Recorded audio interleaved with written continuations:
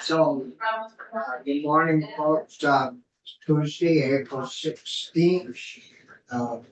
It's here before 10, and we'll call the Senate Ag Committee to order.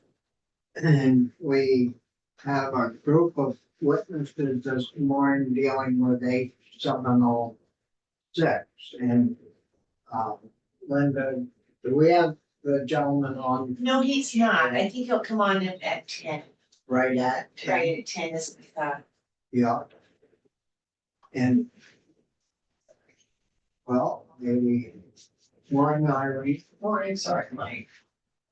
We just got fired and we think if our first witness don't come on here in the next minute, we're gonna switch and we'll have to wait. Okay. So, we'll give him another minute to come on. Why don't we introduce ourselves while we're waiting? Yep, Brian Collmore representing the Rutland County District. Irene Renner, Chittenden North, including Fairfax. This is Brian Campion. He's alcoholic and be back. He's the senator from Bennington. I'm Rich Westman. I'm the senator from the West. And I'm Bobby Starr from Orleans County. So welcome to the committee. And so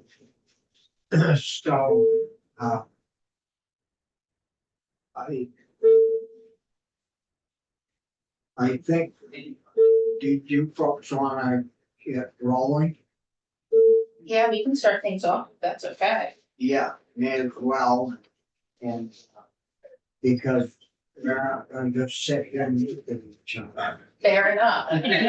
Good, but Yeah. And both lines are up. Hmm? You both want to, Yeah, and just pull another chair up there. sure. No, go ahead. Oh, thank you. Jeez, I told him that he were our chicken from. yes. Three chickens. Getting free geese this week. Yeah. So, morning folks, and you can introduce ourselves and get started. Oh, here's Scott. If we could start with him because he's calling You We're stay, we're not. You sure? Yeah, We'd love to have you. Okay. Yeah. They're more comfortable. Yeah. So Scott is joining us. Hello. Good morning, Scott. Or good evening. Yeah, good Good. evening. All right. Good something. I'm not sure what it is. It's either morning or evening, one of the two. Yeah, we just got called to order here and we'll run around the room and introduce ourselves again so you can see who you're talking to. And we'll get fired right up. Brian Collmore representing the Rutland County District. Irene Renner, Chittenden North, including Fairfax. Brian Campion, Bennington County. Rich Westman in Whale County. And I'm Bobby Starr, Chair, and I'm from Orleans County so welcome. Thank you. Thanks for having me. Thank you.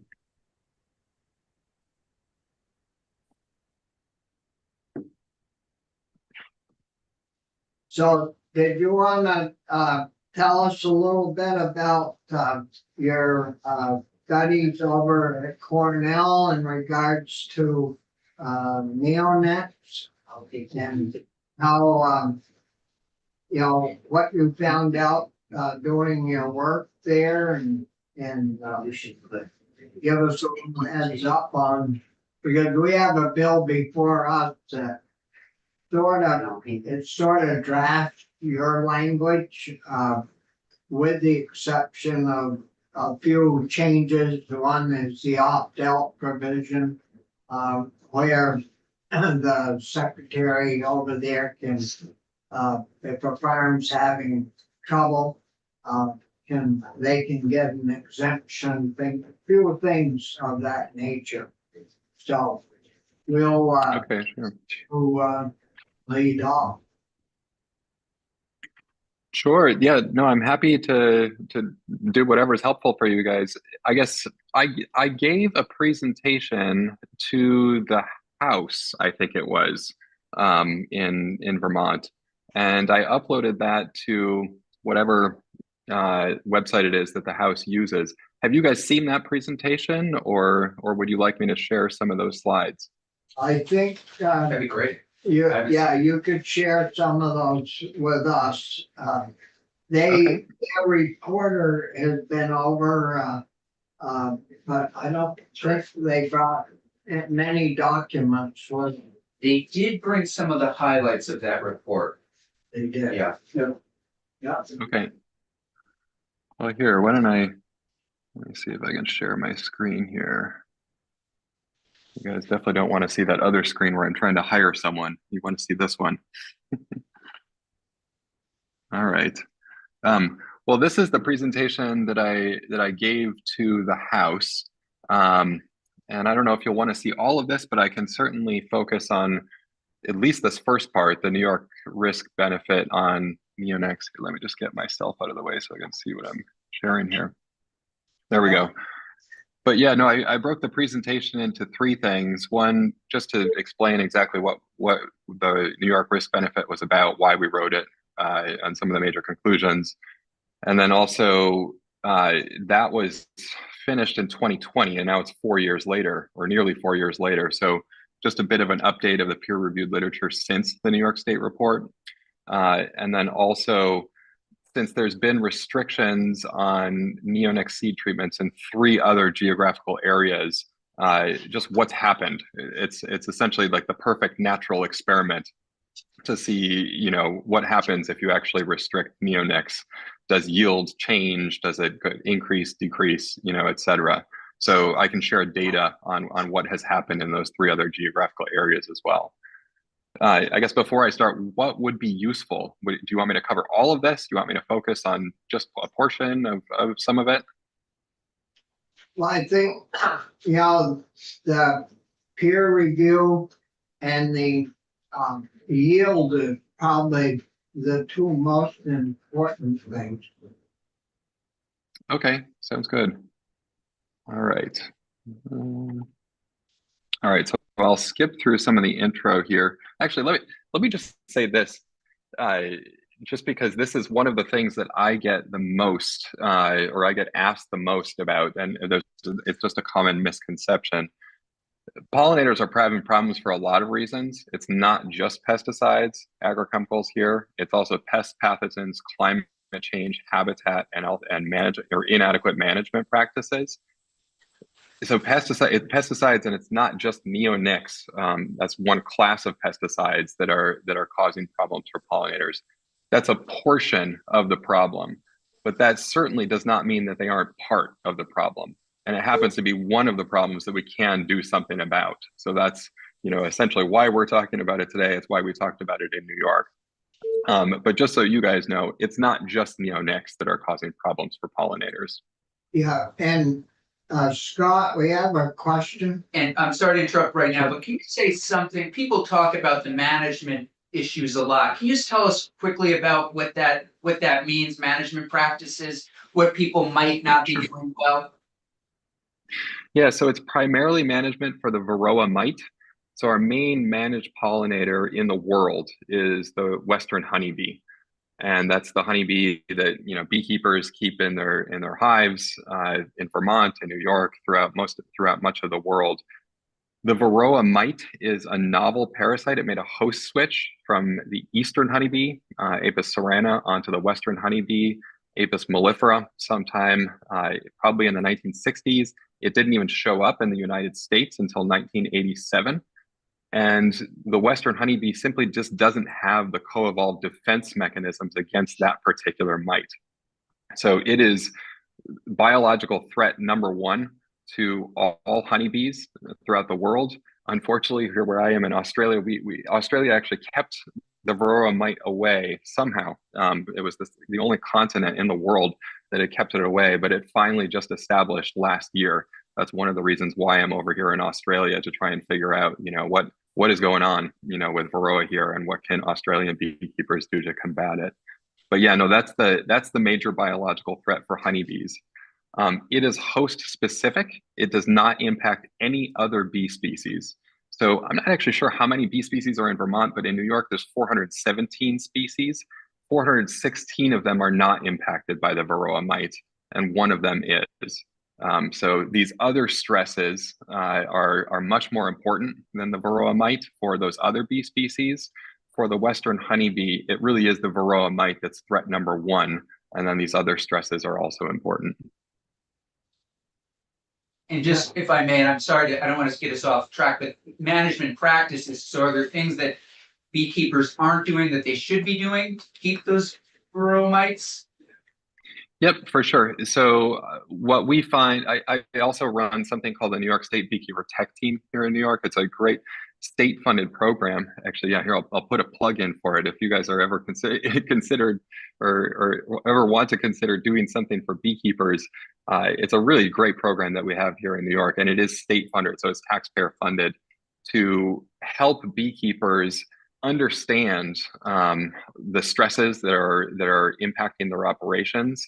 What we find through that program is that Varroa management is probably the most important thing for helping losses in their operations. So if we can get beekeepers to understand the threat from the Varroa mite and then control that threat, we can greatly minimize some of the losses that they're experiencing. Thank you, I appreciate that. Scott, can I just jump in quickly? You mentioned the Varroa mite is number one for that particular species, and then look at the other four pieces of this. Would you say that that's like 50% of the problem, and then the others are 10 to 15% each? I'm trying to see where the agrochemicals fall in that line. If indeed all of those are sort of equally harmful, how would you rate those 5 categories? You're not the first person to ask that question, and the answer is we have no idea. We can say that the Varroa mite is having a major impact, but for example, there's been a lot of literature, because there's been a lot of literature on neonicotinoids. That's just been something that researchers have really focused on, primarily because policymakers like yourselves are very interested in that topic. There's lots of other, pesticides and other stresses that are causing problems for bees as well. But there has been quite a bit of focus and research focus on neonics. And some of the major findings are that neonics actually exposure to neonics actually predispose honeybees to become more susceptible to the Varroa mite. So you can't really say that it's just Varroa and that it's like 50% the problem of Varroa. We can't put a number on that, but we can say that these other stresses also they're important on their own, and they also cause interactions with things like the Varroa mite. Neonics, that link between neonics and the Varroa mite being one of the major ones that's in the literature. Okay, and again, you use the word major, so that led me to believe that might be more important than the other 4. The other thing you mentioned earlier, the management practices, because you made a point of saying that the neonic situation was one that we could do something about. I would also submit that the management practices are also something that beekeepers could do something about. So it isn't like it's only the neonics that we could do something about. You're absolutely right. Yeah, no, and that's why I think, again, I'll just put a little plug in if you guys ever consider trying to help beekeepers out with state funding in the future. And again, I'm happy to provide all sorts of details about the level of funding that New York State gives beekeepers for this New York State Beekeeper Tech Team. But what we have noticed with the tech team is noticeable changes so it's a 3-year program. And from the first year to the 3rd year, we see noticeable changes in beekeeper knowledge about the Varroa mite, control of the Varroa mite, and improved situations for losses. So they actually have reduced losses when they leave the program compared to when they enter the program. It's honestly one of the better things that I think we're doing here in New York to help beekeepers. Thanks, Scott. Yeah, Irene. Thank you, Mr. Chair. I looked up it. Excuse me. You mentioned 416 species of bees are not affected by Varroa mites. do any of those bees make honey or otherwise help humans? Or is it just the Western honeybee that is susceptible, that's the one that we're concerned about because it's an agribusiness? Yeah, sure. So in terms of making honey for sale, no, there's other species in other parts of the world that make honey that beekeepers will sell. So stingless bee honey, etc. In Vermont and New York, the Western honeybee is the only one who is the only bee species that makes honey that people sell. There are several species of bumblebees that do make honey, but I don't know of any bumblebee beekeepers who are actually selling that honey. They make a pretty small amount of honey. In terms of economic value, sure, honey, does account for some of the economic value of pollinators, and it's the Western honeybee that are creating that revenue. But that's pretty much dwarfed by the economic value of pollination to agricultural crops. And what we know is that it's all of those species that are contributing to pollination. The best worldwide estimates are that managed honeybees contribute across all crops in the world.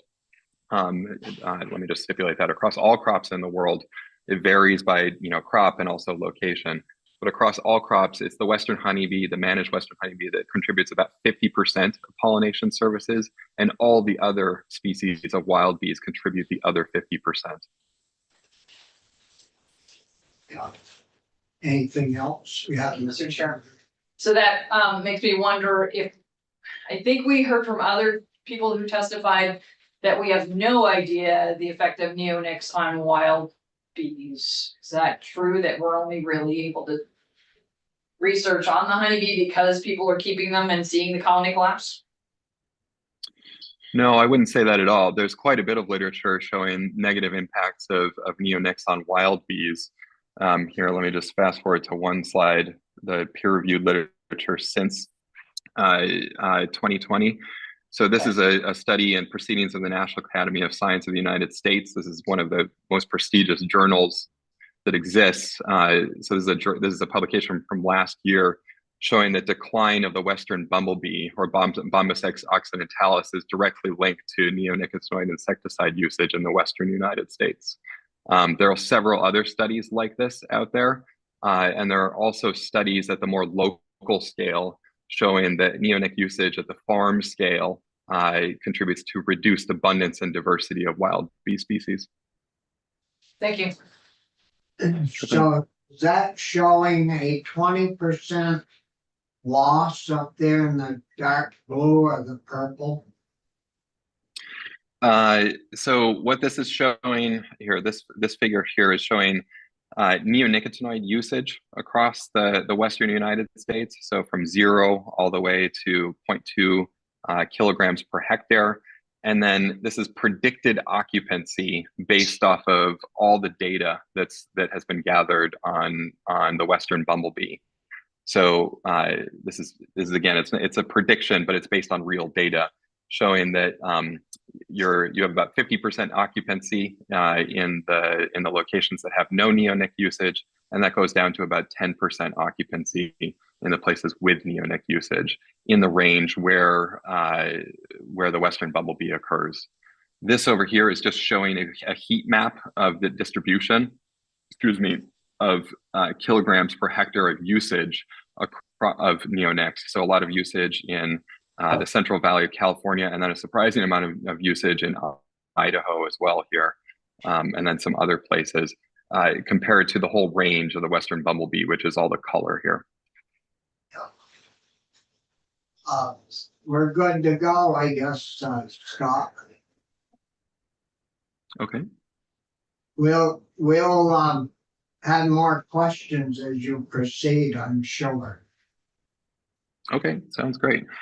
Well, here, let me just go back. So since our report was, so basically our report is 99% just a summary of the peer-reviewed literature. We had about 1%. So I think there were 3 original studies from my lab that we also included in the report. But the rest of it is just a summary of all the peer-reviewed literature as of 2020. So I can show you, exactly what we found. Again, restrictions have occurred on neonics have occurred in 3 other locations. So in 2013, the European Union prohibited use of neonics on all pollinator attractive outdoor crops. In 2017, Ontario was the first to restrict neonics, or the first in North America to restrict neonics on corn and soybean seeds. European Union followed in 2018, prohibiting use of neonics on all outdoor crops. So not just corn and soybeans, but every single outdoor crop that has grown. And then in 2019, Quebec restricted the use of neonics on corn and soybean seeds as well. So at the end, I can show you what has happened in terms of yield from these restrictions now that we have a pretty extensive longitudinal data set. But yeah, so just to give you a little bit of a backstory on why did we write this report, we were commissioned from the Cuomo administration in 2018. They approached us and said, listen, we're interested in this topic of neonics. We would like to know what exactly is the story. What are the risks? What are the benefits?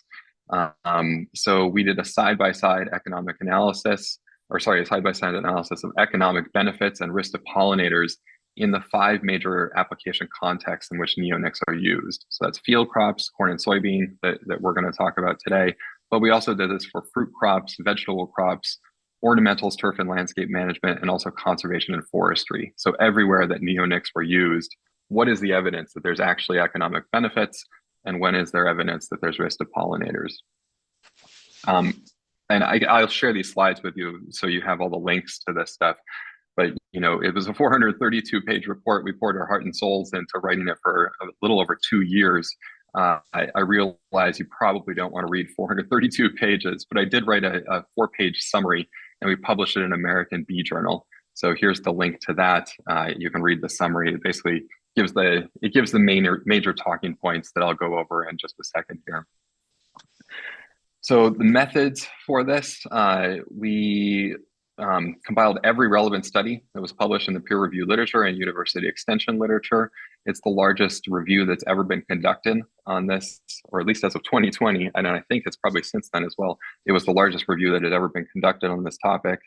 For risk to pollinators, we reviewed 327 peer-reviewed studies that included 169 quantitative neonic exposure assessments from 44 studies, and then 283 studies of the quantitative effects of neonics on either bee physiology, behavior, or reproduction. So we went beyond what the EPA does, which is primarily focused on lethal effects of neonics, and we also looked at the sublethal effects and performed a risk assessment for those sublethal effects. We also looked at a little over 5,000 paired neonic versus control field trials that assess the impact on pest populations, crop damage, or yield in all of those application contexts where neonics were used. This was a combined effort of a bunch of us. It was Travis Grout, an economist, who led the report, and then I led the risk section of the report. Okay, so what do we find? So for risk to pollinators near corn and soybean fields, what I'm going to show you here is expressing all of the quantitative data for exposure as a proportion of the lowest observed effect concentration that has been shown to either have an impact on pollinators or not have an impact on pollinators. So what does that mean? That means if the data are above this red line, by definition, there is risk to pollinators. So there is some impact on either behavior, physiology, or reproduction. If the data are below that line, that means by definition, there's no risk, okay? So what do we find for corn and soybean? Out of all the peer-reviewed studies that are out there, it's a mixed bag. And I think this is, true. This is sort of what I expected. I didn't actually expect there to be so much data up here, but I did expect that there would be data across the board showing that sometimes there is risk to pollinators and sometimes there isn't. And certainly there is some data down here at the 0 level. So it's some of these studies that look for exposures near corn and soybean, for example, don't actually find neonics. It's not like you find neonics every single time you go out in the field. There's a lot of different contexts in which sometimes there's no exposure and sometimes there's quite a bit of exposure. But overall, what we find is that in and around corn and soybean fields, the exposures from all of the studies that have been done on this to date, about 3/4 of the time, there's going to be impacts on bee physiology. A little over half of the time, there's going to be impacts on bee behavior. And then, unfortunately, this is the key response variable for population changes, which is what we really care about for pollinators. Is it going to have an impact on the population? Well, reproduction is obviously going to impact your ability to change a population, and not in a good way. So about 1/3 of the exposures would be predicted to reduce reproduction of honeybees, pollinators in and around corn and soybean fields. Were, Scott, Go were ahead. those studies all done in New York State? Those were done throughout the world. That's the entire peer-reviewed literature as of 2020 on the topic. But, Ontario's already banned. When was this study done? Do you mean our review paper that I'm summarizing right now? Yes. Sure, we published it in June 2020.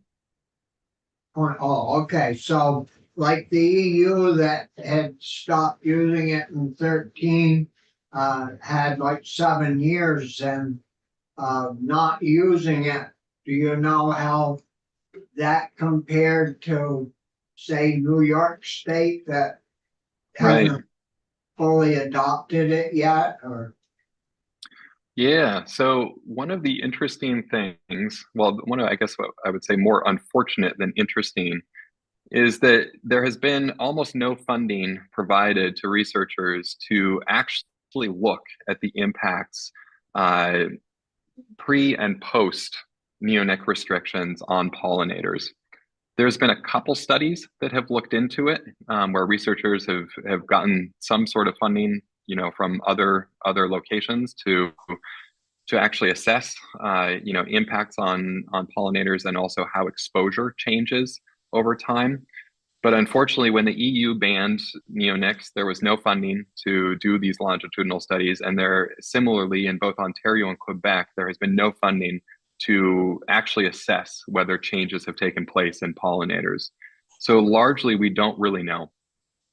I think that's an opportunity. So I pushed for that in New York unsuccessfully to get state funding to try and actually do a longitudinal assessment of what's happening pre and post restriction. I will continue to push for that in New York because, as you know, Governor Hochul decided to delay implementation until 2029. So we have 5 years, until this is actually going to take place in New York. I'm not actually sure what you guys are considering right now, if you're considering this similar, delay or not. But yeah, I would definitely recommend that it would be great to know, for the exact reason that you're asking this question, what is the impact of making a restriction? If we actually have some money to monitor that, we can answer that question. So, just so I'm clear, the little red box there has the word predicted. So these aren't actually results of studies that you can say definitively tie the physiology, behavior, or reproduction status to. These are predictions of what could happen. Yeah, so have you, I guess, yes, the answer is yes. The second answer is it's impossible to make those links. So, a definitive impact, I'm not sure what study would actually answer that particular question. This is the risk assessment approach that is used throughout the world. It's used by the EPA, the European Food Safety Authority, and every other regulatory agency. So you combine, quantitative exposures with quantitative impacts. Usually, I would say almost all the times, those are two separate literatures or two separate studies. Another approach, like we showed before, is to look at something like this, right? So to look at longitudinal data and occupancy, but this also has limitations, right? This is a correlation, this is not causation. There really is no study that can be conducted where You manipulate the entire world with neonics, and then you just see, you know, what happens. There's a lot of other stressors that are out there that could be impacting bees as well. It's impossible to isolate the impact of neonics. We can simply provide a lot of evidence in various different ways of what the impact might be from neonics. Okay, thank you, Scott. Sure. Scott, you don't need to answer this question, if you don't want to, but I'm wondering who funds a lot of these studies? For example, like the studies that would be going into each of these blue dots. Well, Is I'm that what just, you're? is it done with government money, so we all put money in? Is it done by the beekeepers? Gotcha. Have Yeah. a vested interest? Yeah, no, it's almost always federal money. So, you know, for example, I'm a researcher. Yes, this report that I'm summarizing here was commissioned by the state, so that was paid by state government. They were the ones who paid Travis's salary. They don't pay my salary, but they you know, they paid the salary of the person who compiled these data.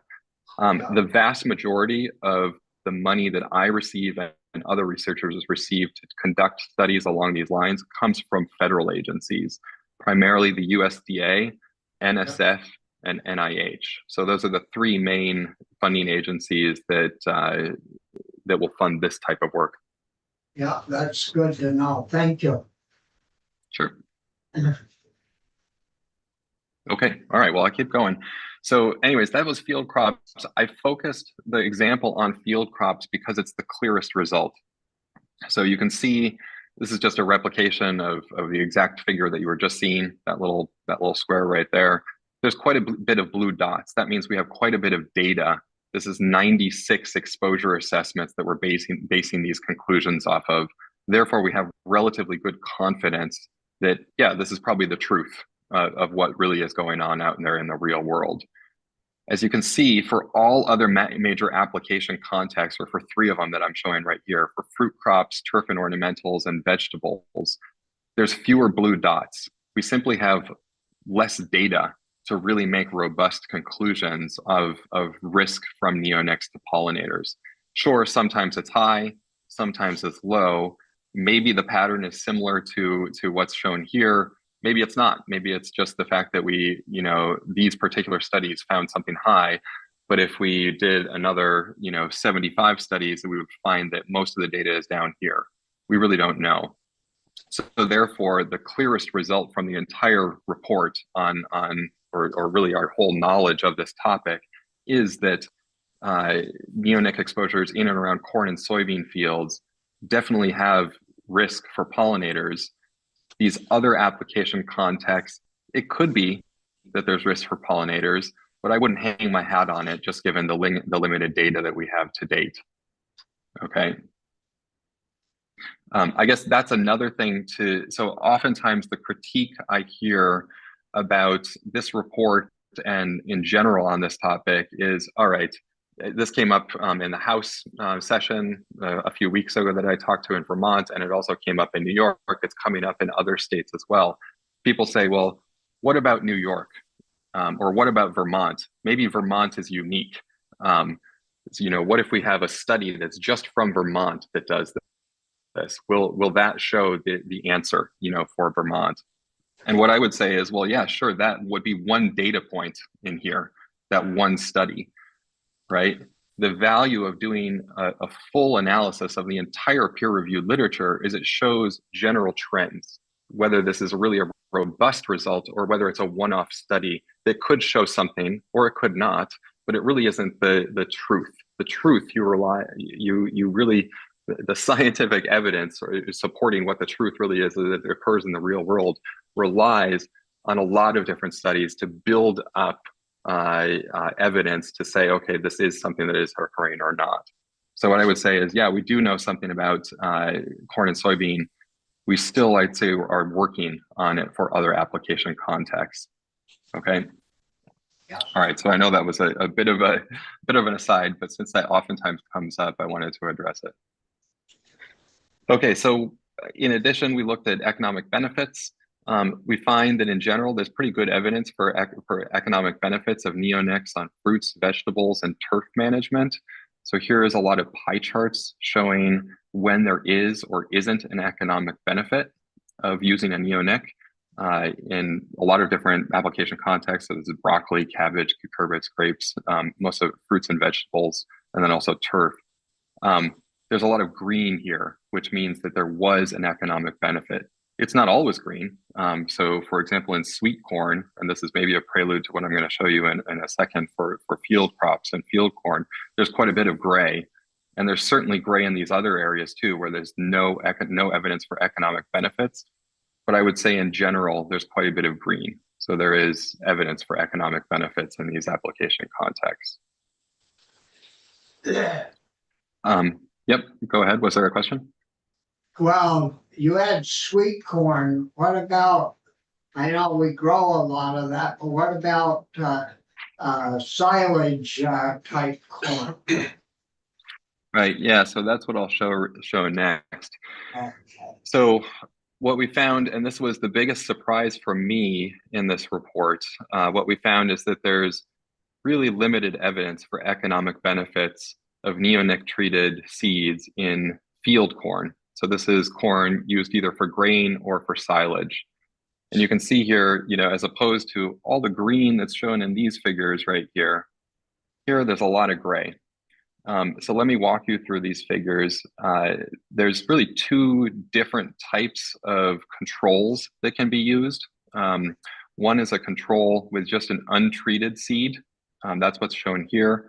And then in panel B, this control is a fungicide treated seed. So neonics aren't the only things that are put on seeds. There's a lot of other things that are put on those seeds. Generally, almost all seeds are going to have fungicide treatments on them. Sometimes there will be a bactericide, sometimes there will be a nematicide, etc. Because fungicide treated seeds are used so ubiquitously, some scientific studies consider that fungicide treatment the control, and they compare the fungicide treated seeds to a neonic treated seed that also has a fungicide. Alternatively, on the left-hand panel here, this is just a completely naked seed, a normal seed, compared to a neonic treated seed. All right, so two different types of controls, but basically showing about the same conclusion. In the completely controlled trials here, just control naked seed versus neonic treated seed, there's a yield benefit in 13% of cases. And compared to the fungicide treated seed and the fungicide plus neonic treated seed, there's a yield benefit in about 11% of circumstances.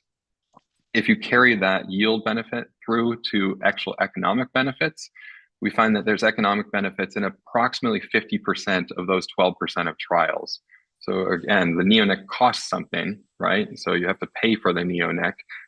You might get a little bit of a bump in yield, but also since you have to pay for the neonic, it's about 6% of trials that actually observe an economic benefit from neonics. This is a very small proportion of benefit, I would say, of using that neonic. All right. And again, this is the entire peer-reviewed and extension literature as of June 2020. So you can see the numbers in here, quite a few trials that were in these studies. It's a little over 300 trials just in this pie chart alone, a little over 300 trials here, or sorry, a little under 300 trials here. Okay. Okay, and then these are pie charts over here. This is either seeds treated with another insecticide. So for example, anthranilic diamides are included here. That's considered a potential replacement for neonics. And we do find in the peer-reviewed literature that yes, a large portion of the time there's no difference between neonics and anthranilic diamides. A large portion of that is driven by the fact that there's just no difference in any having an insecticide on the treated seed. But when there is a big pest problem, those anthranilic diamides do perform about as well as neonics. And then also what I'm showing you here is this is a different type of application. So it's an insecticide applied to soil during planting. Instead of an insecticide on the treated seed, this is actually a liquid insecticide that we put on at planting time into the soil. And what we see is, if anything, there actually might be some evidence for an economic or improvement in that over seed treatments. But it also means that you're using more insecticide, which is one of the reasons why seed treatments were developed. Okay. And that's an insecticide that's applied directly to the soil. That's right. A systemic insecticide that is applied to the soil. It's taken up during by the plant during development, just like a seed treatment would be. Yep. And is that applied in a row, or is it a broad distribution of that insecticide? Yep. Generally during planting in the row. So it comes out of the planter along with the corn. It can. That's one way of having the application occur. Yep. See, we had some farmers in last Friday, and they said that their corn planters don't even have a box on them anymore to put these insecticides or additives in. Did you look into that at all when the study was being done? That if the planters are rigged up for injections? I have not looked into that, and that's not my area of expertise. I would say if you're wondering, probably an agronomist would be the best person to ask about, the availability of different hardware on the planting. That's who testified to that, was Tom Eaton, one of the agronomists. Okay. Yeah. We'll check back. Sounds good. Yep. Okay, so let me continue. So that was corn, and then basically the same situation is true for soybean. Okay, so this is the other major field crop where neonics are used. Here, again, it's these untreated control plots, and then this is also the fungicide-treated seeds that are used as a control. About the same story again. So an 18% of trials have an increase in yield with these control completely naked seeds compared to neonics, and 9% of trials have this positive effect when it's compared to just a fungicide-treated seed. Overall, that means 14% of trials observed an increase in yield compared to controls. It was 12% for corn, a little bit more for soybean. But again, around 50% of those trials make up for the cost of the seed treatment and experience an economic benefit. So about 7% of trials actually experience an economic benefit of using neonic treated seeds. It was, I think, was it 6%? Yeah, about 6% for corn and about 7% for soybean. So pretty low in terms of actual economic benefits of using these seed treatments. And then again, this is non-neonicotinoid foliar insecticides. So in general, on soybean, foliar insecticides are used more than corn. And there's oftentimes either neonics that are used for foliar insecticides or other type of insecticide. So comparing neonics to non-neonic foliar insecticides, what we find is that there's really not much of a difference between those two. Okay. Yeah. All right. So that was the major, I would say the major high-level take-home results for risks and benefits. There's some other details in the report, but those I would say are the major take-homes. Why do we care that these neonics on corn and soybean seed in terms of seed treatments might be having risk to pollinators and also might not be having economic benefits very frequently for farmers? It's because neonics on corn and soybean comprise the most neonicotinoid usage in the world, and that includes the USA. It also includes, I believe, most states, although we don't really know because we stopped taking data on this in 2012 at a national level. But as of 2012, you can see this pie chart for neonicotinoid usage. A large portion of it is, or not pie chart, this graph for neonic usage. Most neonic usage is occurring in red and orange. What is red and orange? It's maize and soybean. We have every reason to suspect that this has just continued to increase since 2012, and that corn and soybean still are the lion's share of what that neonic usage actually is. But unfortunately, we don't have national data because someone made the decision to stop taking those data. So again, an opportunity for further study is if we would actually start monitoring what insecticides we start putting into the environment. This is a picture that I took when I was doing a study on some of the drift from neonics, just showing you what's happening in New York. So here's corn planting occurring. This occurs every spring. I'm sure you notice this every spring. You'll probably notice it within the next month or month and a half when it starts occurring in Vermont. But typically people are planting on dry days because they don't want to get their tractors bogged down in the mud. Hopefully they're not planting on days that are, very windy. But regardless, if they're planting on dry days, this is typically what it looks like. This is the dust that gets kicked off. I've been told by multiple people in industry and multiple people in academia that this dust has largely various lubricants and planter technologies minimize the neonic neonic levels in this dust. The data just don't support that. So our own studies in New York and also the peer-reviewed literature shows that this dust in a lot of fields still is very highly contaminated with neonics. Certainly, I think technologies are trying to improve that and probably making some successes, but in the real world, if you look at the data, it's still quite a bit of dust contamination that's occurring. Also, because neonics are systemic and environmentally persistent insecticides, that means they stay in these fields. They're water soluble. They get transported with water, within and beyond the field. And because they're systemic, they can be taken up by wildflowers and incorporated into the pollen and nectar of wildflowers in field margins. So they're environmentally persistent. They can be there for a while and unfortunately contaminate quite a few things. Okay, so that's why we're interested in corn and soybean seed treatments. Well, actually, yeah, any questions on that before I go on to a couple things with peer-reviewed literature? That dust behind the planter, if the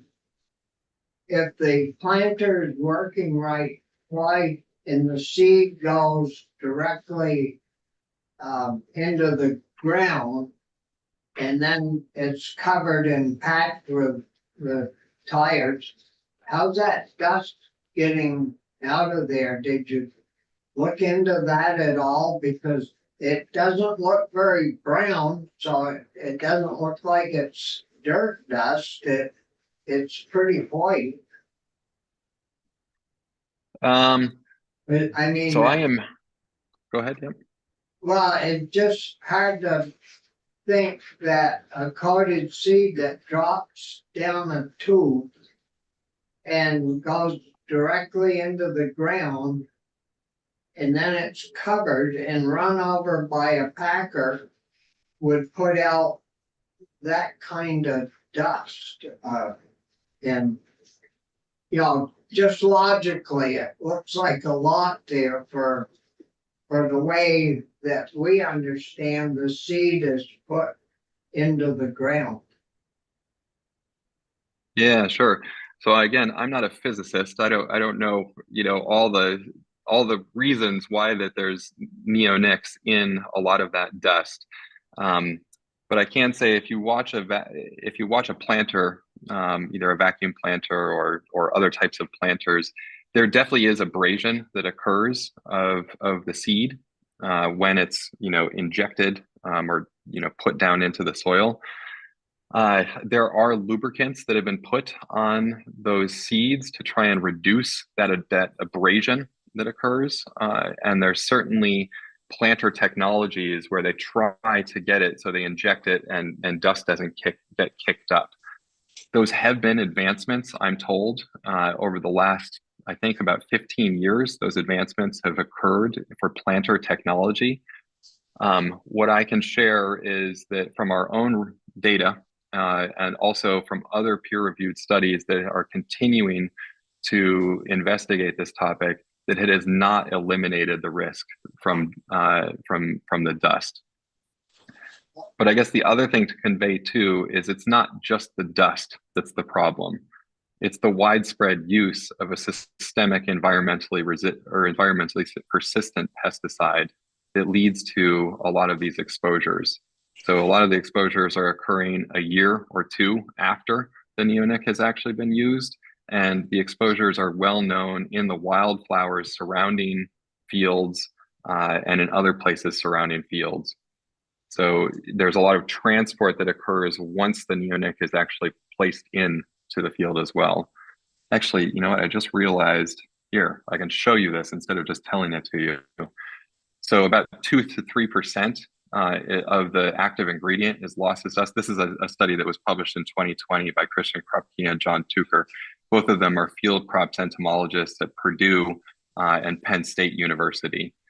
But what they've done here is they summarize the entire peer-reviewed literature on this exact topic. What they show is that, you know, for example, and actually, yeah, just to orient you, everything in purple, all of these purple shaded things, that's meant to show where the neonic is going. So this purple seed treatment and all these little purple dots here, about 2 to 3% is lost as dust at planting. 2 to 3% is taken up by plants. And they find that there are yield benefits in less than 5%, less than 5 to 8% of fields. So that's 2 new studies that I'll show you in a second that were published since our report was published. They actually reduced the number of you know, economic benefits for farmers compared to what we find. About 90% of that neonic is not, it's not just the dust that's the problem, but about 90% of it goes into the water, soil, and non-crop plants. And that's where we really have a relatively poor understanding of what exactly is occurring to those organisms. We have the best understanding of what's occurring with pollinators, and that's what my area of expertise is, so I can tell you about that. We have a very poor understanding of what's occurring with that 90% of active ingredient that's exposing aquatic invertebrates, you know, aquatic plants as well. How's that impacting their interactions? And then also these soil microorganisms that are so important in fields for nutrient cycling and, you know, impacting, you know, fertility on the farm. We have a very poor understanding of what's going on with those organisms. But since many of them are invertebrates, we're probably killing them. It's not just the pest that we're killing. So there is some evidence, some of the studies showing here that some of these beneficial insects, the predators, we're killing them, and therefore they're not actually helping the pests or control the pests. And there's other organisms that we may not be wanting to kill, not necessarily just important for yield and farm productivity, but for biodiversity's sake, we may not want to be killing them as well. We have one question. Thank you, Mr. Chair.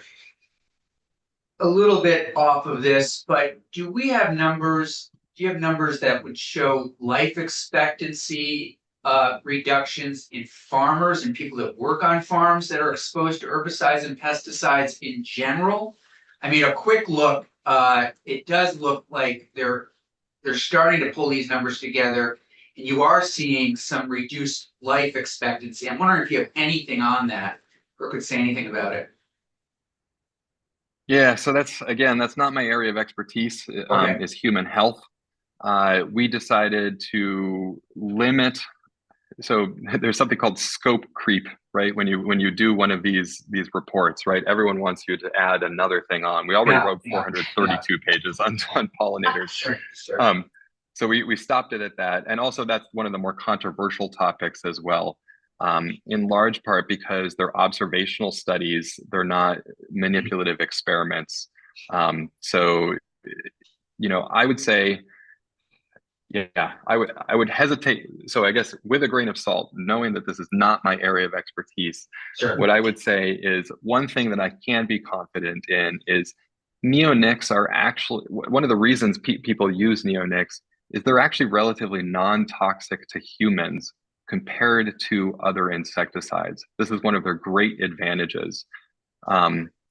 So in terms of some of the older chemistries, organophosphates, pyrethroids, etc., neonics are definitely better for farm workers. There's more limited evidence for harms to farm workers from neonics compared to those other chemistries. But your question was related to neonics, and my understanding of the literature right now, again, given the caveat that this is not my area of expertise, is yes, there is evidence that neonics are not innocuous to humans. Some of the better evidence for vertebrates, it shows that there are other species, bats and birds, for example, that are definitely harmed by neonics. But my understanding of the human literature is that there are some studies that have made links to various diseases in humans as well. Okay, thank you. So the moral of that, that's what you just told us will protect the bugs and the birds and the bees, but if we have to use a different type of chemical, it could be harmful to humans. For the older chemistries, yes. Especially organophosphates. Those are one of the older, it's at least not an organochlorine, right? It's not like, DDT or some of the really horrible stuff that we used to use, back in the 50s and 60s and 70s. But what I can say is that, yeah, compared to older chemistries, especially the organophosphates and pyrethroids, neonics are better for humans. Now, there are newer chemistries, for example, the anthranilic diamides, which are meant to be neonic replacements, and those also have very positive attributes in terms of their non-toxicness or their relatively low toxicity to humans. I guess, yeah, just to give you a real world example, Quebec, they have largely phased out, neonics on corn and soybean seed treatments. The farmers in Quebec that are using an insecticide, who have decided not to just forgo them completely, almost all of those farmers are using anthranilic diamides on their seeds. So a portion of farmers are not using anything because they don't see any advantage to using insecticides for seed treatment. And then the ones that are using them are largely using anthranilic diamides.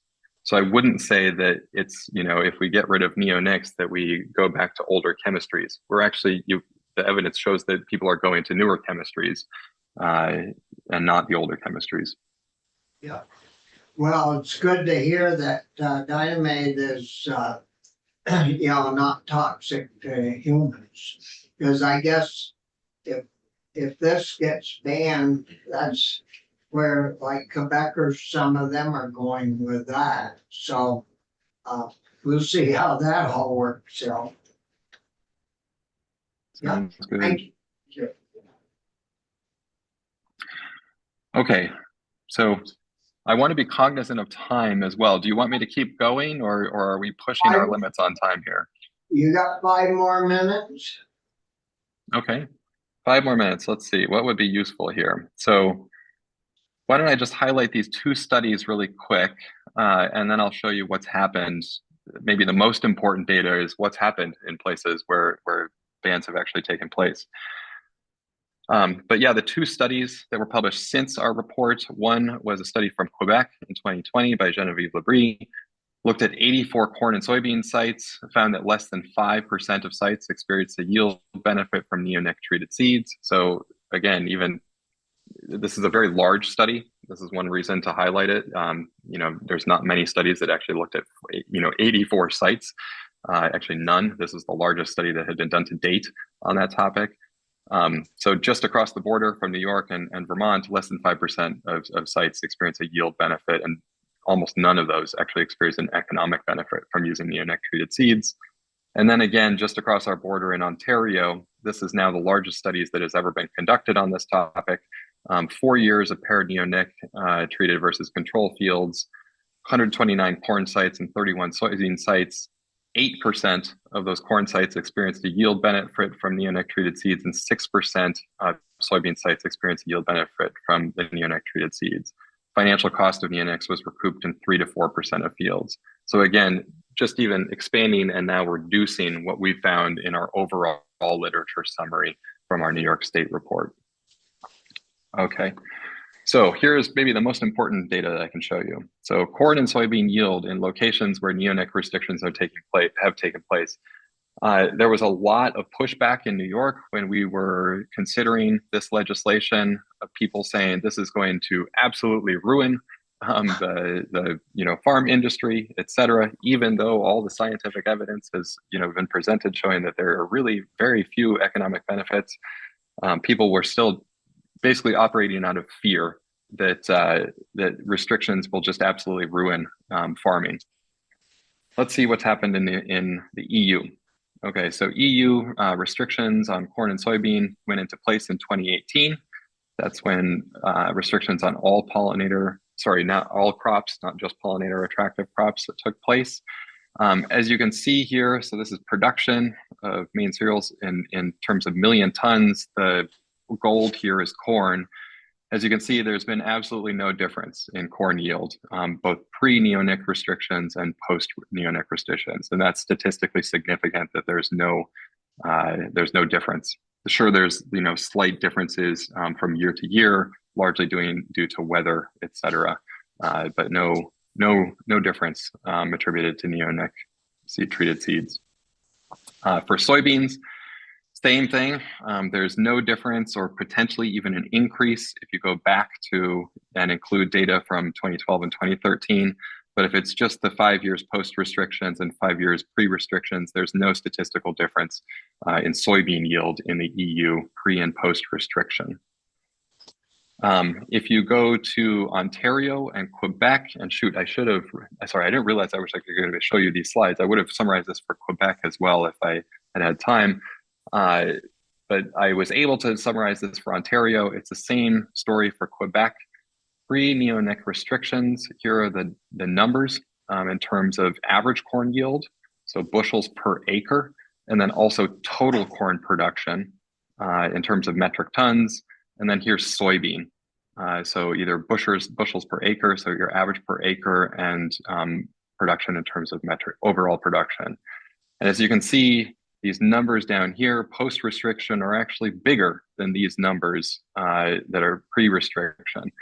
That is significant. So both in Ontario and Quebec, there's actually been an increase in both average corn yield and soybean yield and total production in terms of corn and soybean post-neonic restriction. So after restriction has taken place compared to pre-restriction.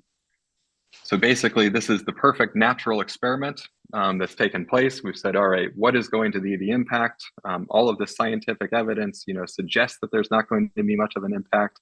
But what happens when we actually put restrictions into place? In the EU, we have evidence that there's no impact whatsoever. And in our neighbors in Ontario and Quebec, we actually have evidence that there's an increase in yield, probably due to other factors that are not related to neonics. That's weird. So they actually got better yields. Yep, and that's significant, statistically significant. The last thing that I'll tell you is this has been a fascinating topic to weigh in on from a scientific perspective. This is my first foray into a pretty controversial topic in the public's opinion, and also my first experience with industry intimidation. So since releasing our risk-benefit report in 2020, numerous people have attempted to sow doubt on the science, including scientists from Bayer, scientists from BASF, scientists represented a Competitive Enterprise Institute, CropLife America, which I believe you're speaking to in a minute, the New York Agribusiness Association, the New York Post, and unfortunately, the New York Farm Bureau. I feel like the New York Farm Bureau is really good on most topics. My interactions with them have been absolutely excellent. On this one, for whatever reason, they decided to spread disinformation. So I would just caution you to be wary of disinformation. The scientific evidence is the scientific evidence. You do what you guys want to do with it or not.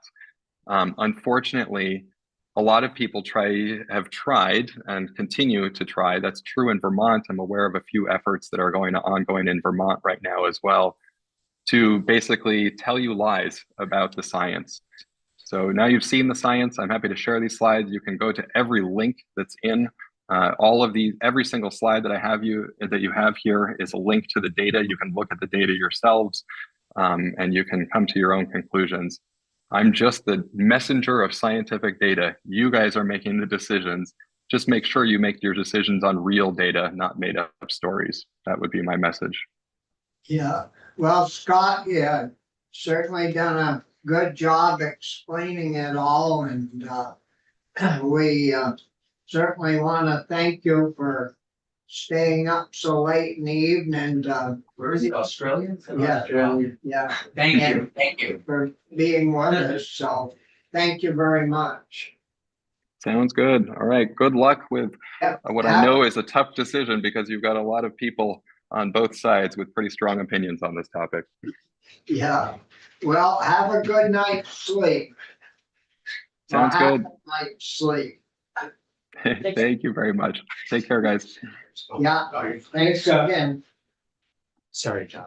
So, we got you already at the table, and that's your daughter? Yes, it is. Yeah. And, so, you do acres and acres? Yes, we're doing 24 acres berries, Yeah, blueberries, we do 12, and raspberries, we do about 5 now.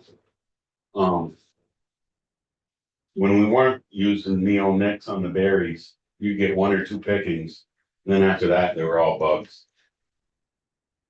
They were talking mostly about soybeans and corn.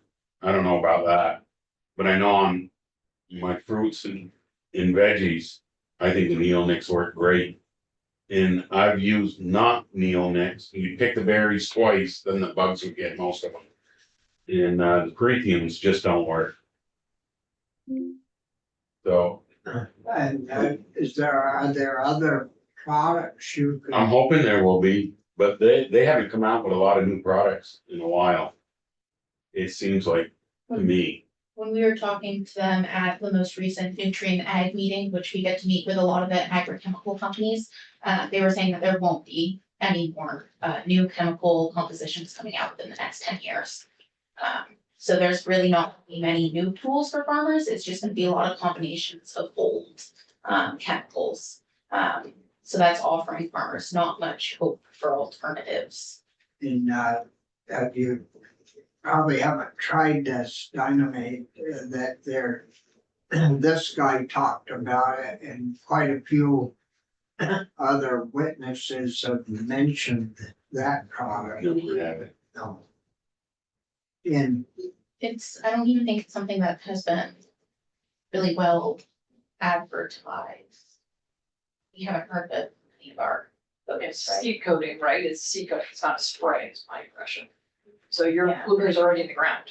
Right. Yeah, right now, we're spraying our strawberries, cause it's 50 days to harvest on our strawberries. And we're doing it just as we uncover them. And boy, I'll tell you what, I don't have to use many insecticides when it comes time to pick up, and it's great. Where before, we had to spray every 5 to 6 days, and then it didn't even work. So what kind of a spray? we got boom sprayer, Oh. it'll do 30 feet at a time, and we'll go up 5 rows. 7 rows. I don't know why in our bill, maybe, apple orchards are exempt, and they use some kind of a boom sprayer, Mist blowers. Yeah. Is what they're using. but you can't use those. I'd rather use my boom sprayer because it goes right down. The mist blowers, you're gonna have a calm day. That's what we use in our apple orchard, is mist blowers, because you want it to go up and get the winds and everything. But that But doesn't fall to the ground. it does. But it's a mist. But You gotta pick your times, and it really blows. see, I haven't been able to understand. The apple orchards are trying to get away with neonics just because of the pressure on Um, apples. but so they get exempted with the mist spray. They're exempted out of this bill. The corn growers, which we represent quite a few dairy farmers, they put their neonics in the ground behind, out their planter. And you saw the planter with that big cloud of white dust behind it. I can understand that. Yeah, that's nothing we've ever seen before in the field. Well, we see the We see dust, but dust, but I don't not, believe it's coming from the Usually corn ground seed. dust. Yeah, I mean, yeah. And not to that's mention, going down in the chute and going in the V and then it's getting back. Right. and any of the insecticides that we do have on the plants are colored, so if there were a mist, it would be the color of the coating, so it would be either pink, right? If there Yeah. were any type of, Right, yeah, so I don't know where the white's coming from. baffled me. Well, I liked that's your why- point. That's why I asked the question. Yeah, it did. I've been in the fields a few times and you don't see a white mist, you see a brown mist going down across from, the soil being dry. Yeah, So, and have you ever dug near where, you spray your berries with this mist? Well, what we've been told is this neonic stays in the ground for, you heard the last witness, for long periods of time, gets into the water and affects, they haven't done studies on it, they said. well, A no. lot of studies. We've been told by other witnesses, I believe, and if I'm wrong, committee, tell me. But this corn stuff, on neonics on corn stays in the ground and it leaches out and it gets into waterways and even been detected in fish. Well, I should think with a mist or a boom sprayer to do the apple orchards, that would seep down to the ground. If it rained within the next day or two, seems like there'd be some that would run off and get into waterways, but yeah, the House exempted the orchards out of the bill. And I haven't figured out, in my mind, I would think the mist blower would be worse than the boom sprayer. well, I sort of think that, but, I didn't go to school for 50 or 40 years, just rode behind the corn planter for quite a few. Practical knowledge, it's okay to a point, but then around here, we have to use scientific knowledge. And that sometimes doesn't always match up with practical knowledge. But anyways, anything else? What about your veggies? Your beans and all those different things? Beans don't take much. No, Summer's bean, we use a neonic on them because we were getting a lot of bio ring spot, which comes from aphids, which are in the ground. As it gets warm, they hatch. So the neonics take care of them, which is great. What would we use? Sale. A sale. But it really worked. I went 2 years with papaya ring spot and I couldn't get rid of my stuff. I mean, it was ugly. I think it's different when the consumer is eating like either a berry or corn. If we had a worm in our corn, they'd throw it at you when they open the ear. Oh, you know what I'm saying? or they wouldn't ever be back. That's right. Yeah, I mean, ours, I think, is a little different than what they're showing there. yeah. I don't know, there's different scenarios, don't you think? And on your corn, is it a treated seed or do you use your neonate on the soil? The corn, it looks like we do have to treat it neonic seed, but yeah, We still spray. Yeah. Because when you sell it to the supermarkets, if they see any worms in the top of the corn, out the door you are. I mean, anybody who opens near a corn and sees a nice worm saying, hello. I don't think so, you know, so. And no other product has been offered to you? There isn't much coming down the pipe. Actually, we're losing chemicals left and right. And they aren't making any new ones. 7, it's been used so much, that doesn't work. Malathion been used so much, that doesn't work.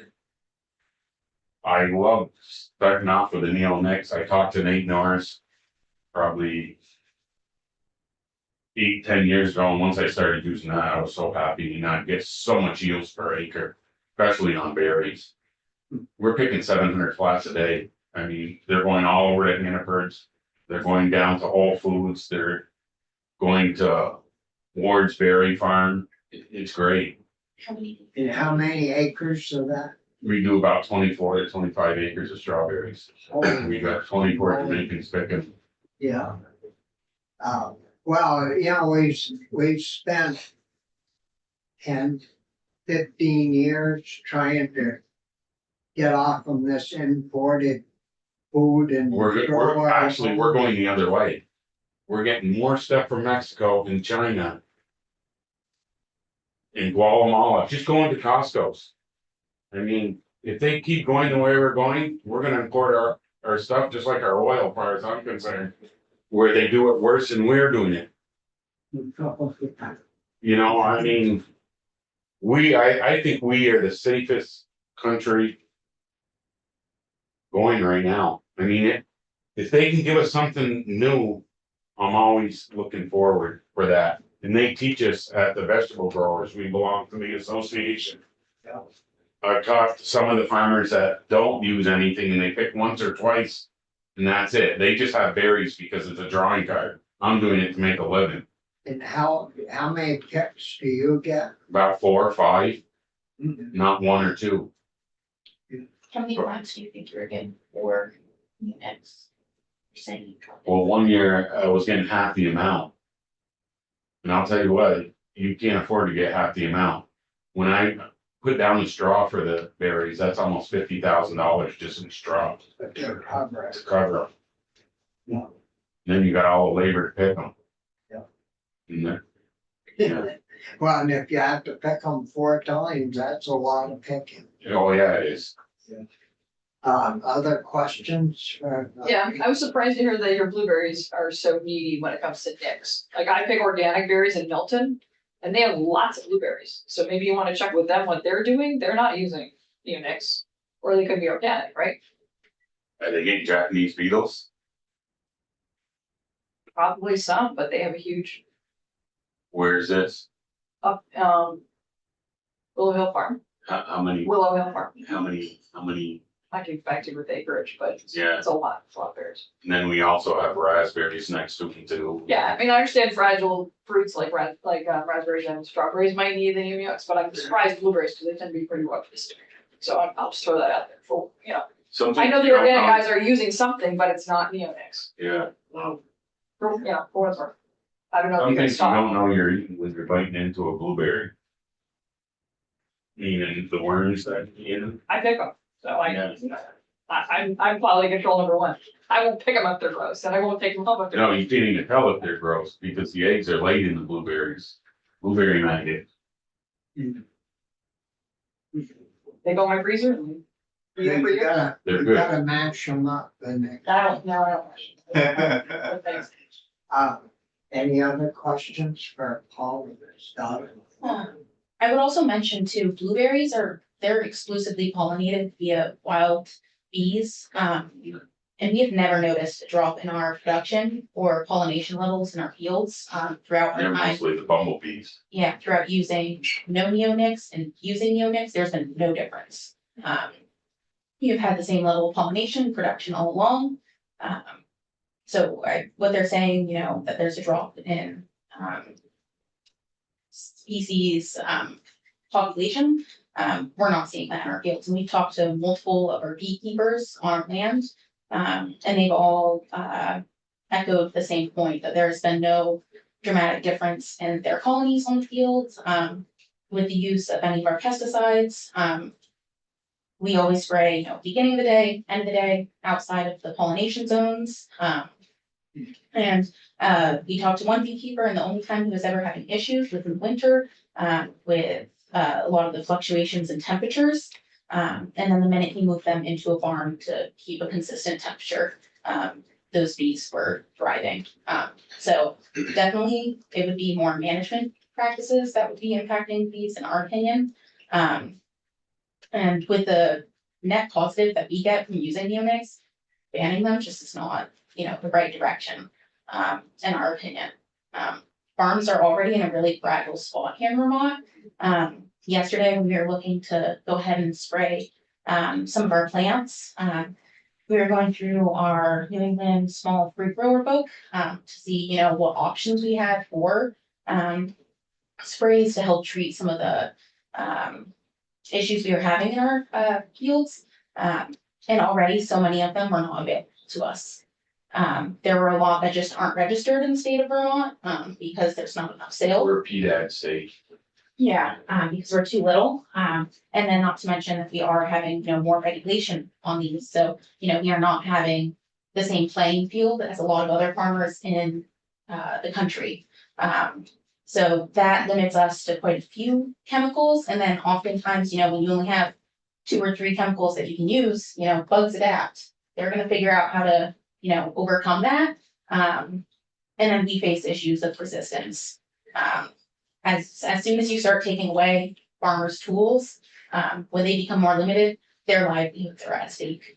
And honestly, you know, he was talking a lot about fear. That it's a lot of farmers who are reaching out of fear. Yeah, they are scared. This is their livelihood. This is how they're feeding their families. I'm going to be the next generation of farmers. I'm coming from a 4-generation family of farmers.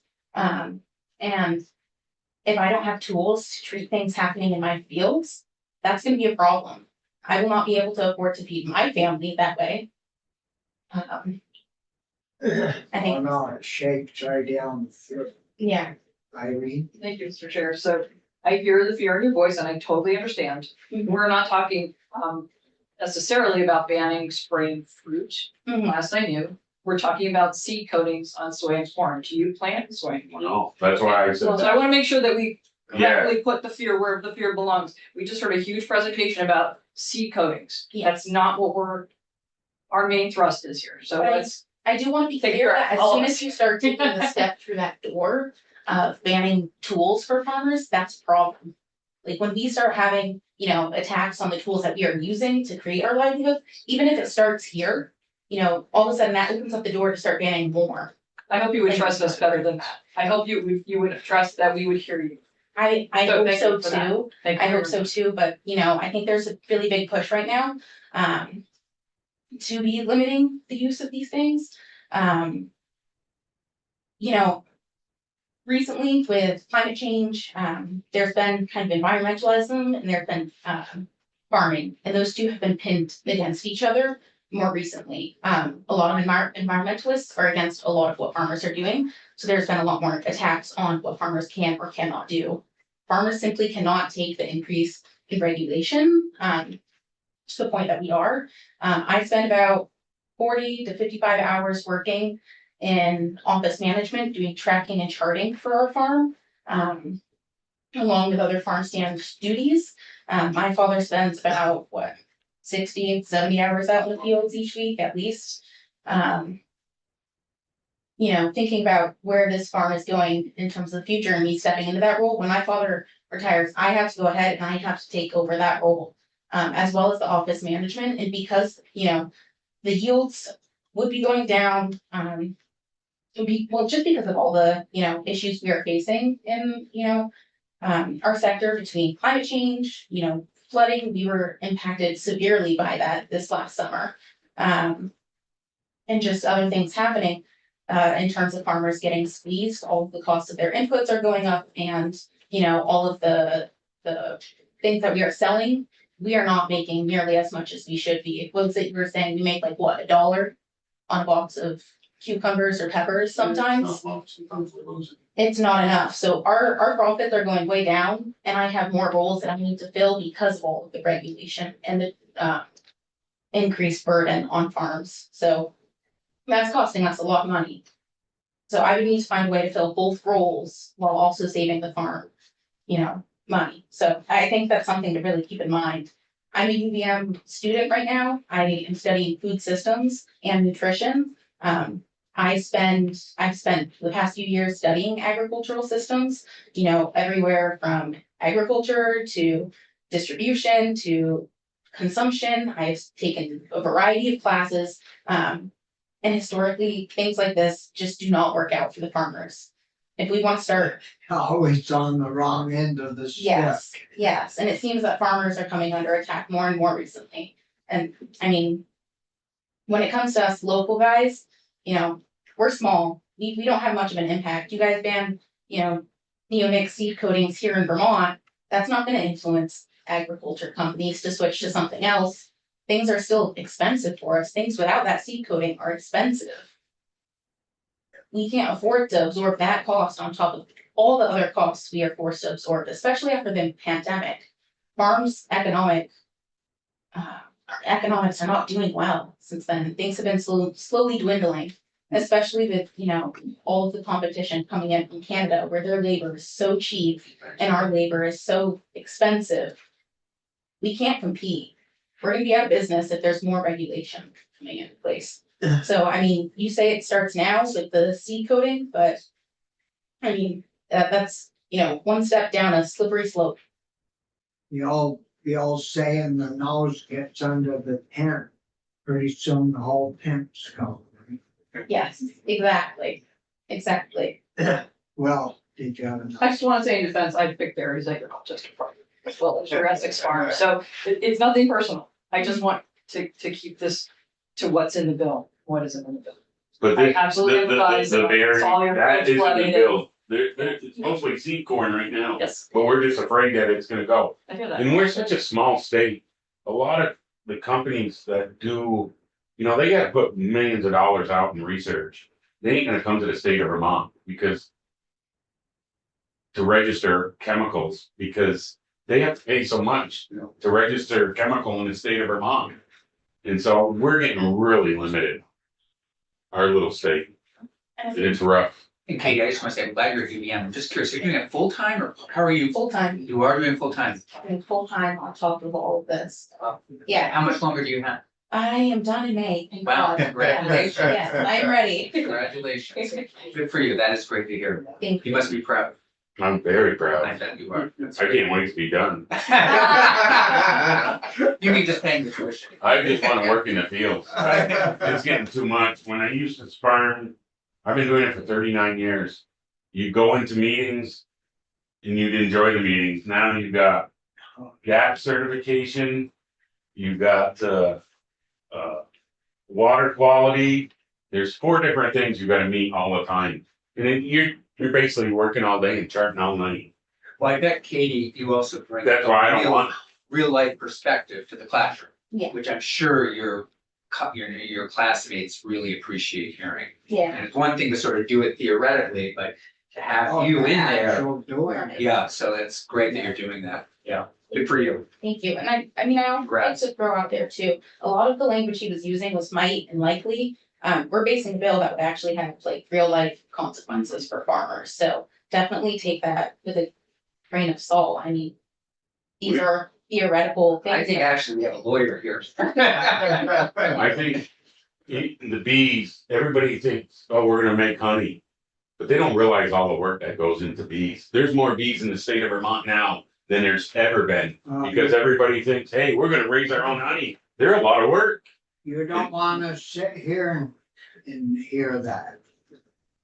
Bees are all dying off. Well, they- And then I got another guy who has 5,000 hives. When they get done, they go down to Florida 3 tractor trailers. well, that must be Miriam's. Yes, and they got 11 kids.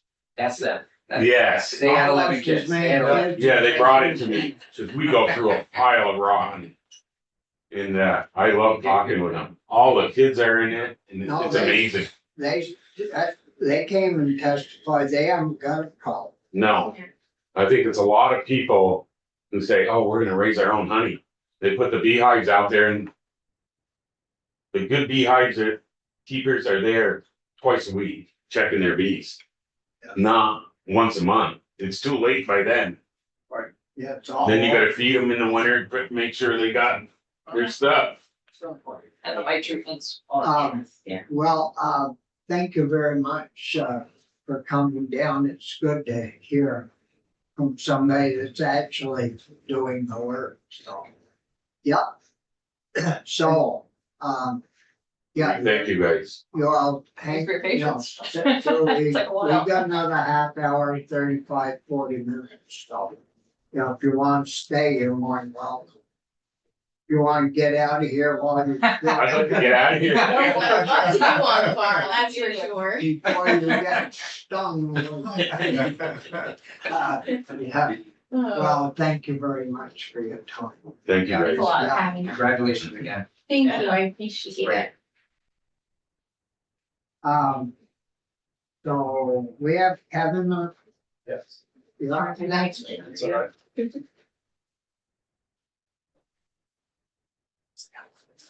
to see you. yeah, take the comfortable. You sat down, long enough that I stepped you.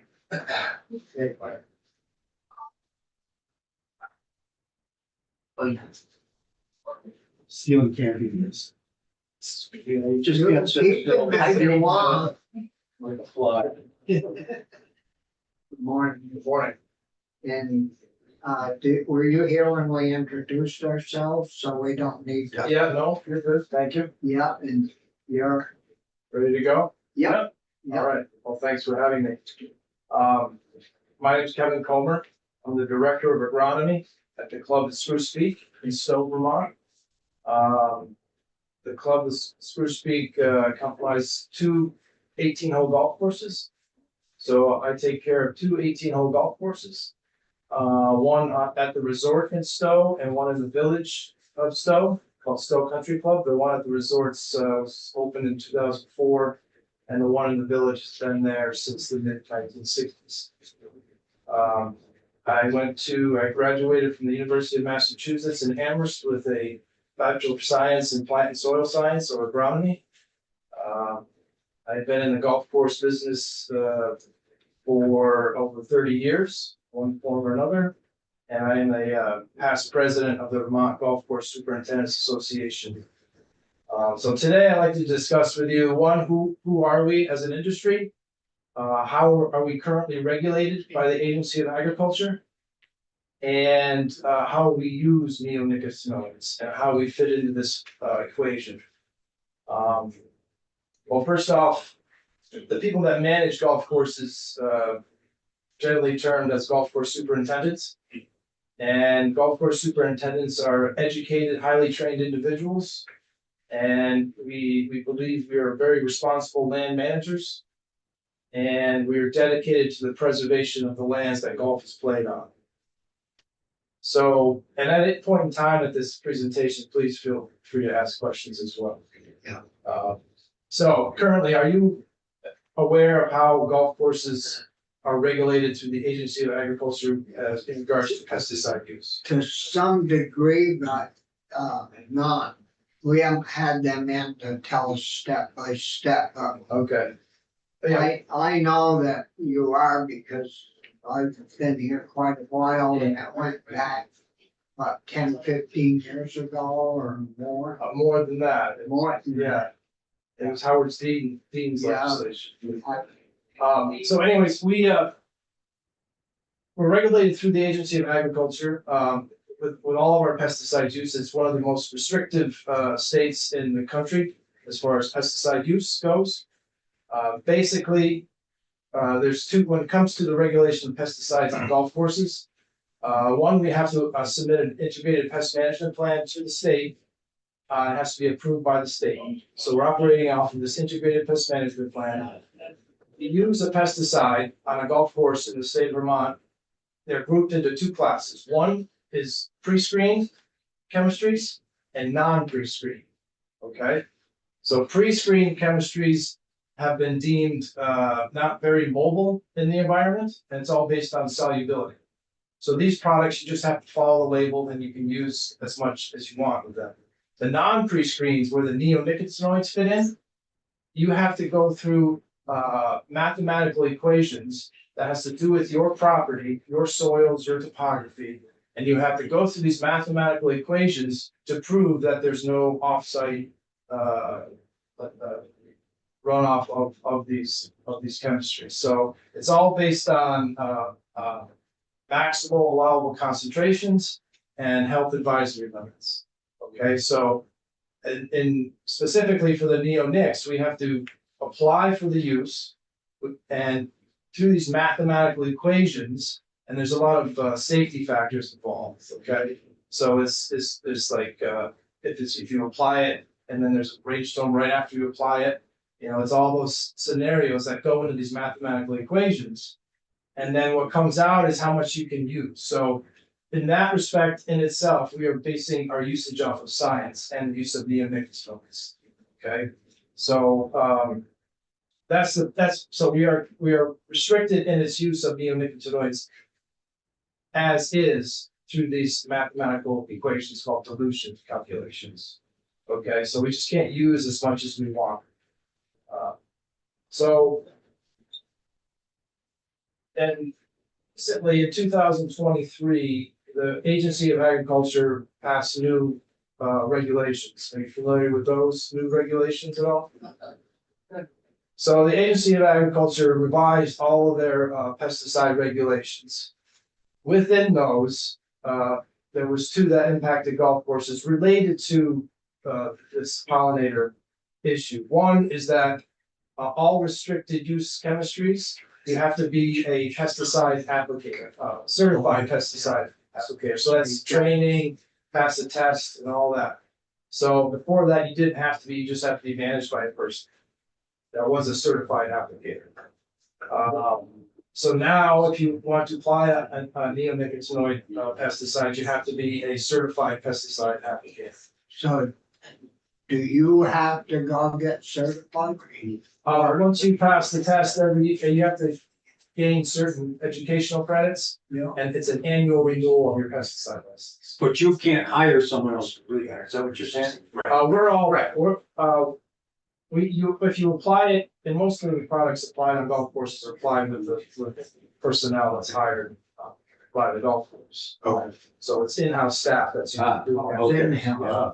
That's and the other is they passed a 50-foot buffer rule. Yeah. So now if you're applying a pesticide that may impact pollinators, you have to have a 50-foot buffer from any habitat that may host pollinators. So there's a 50-foot buffer that's by law. If you planted wildflowers, you cannot apply a pesticide or insecticide that may impact pollinators within 50 feet of that You're area. gonna have to have a lot wider golf Yeah. fairway, Yeah, and it's for us, that's a very highly restrictive rule. but then you're going to get this overcutting rules, so you'll be in trouble there. Yeah, Cutting too many trees to move your yeah, fairways. that's true.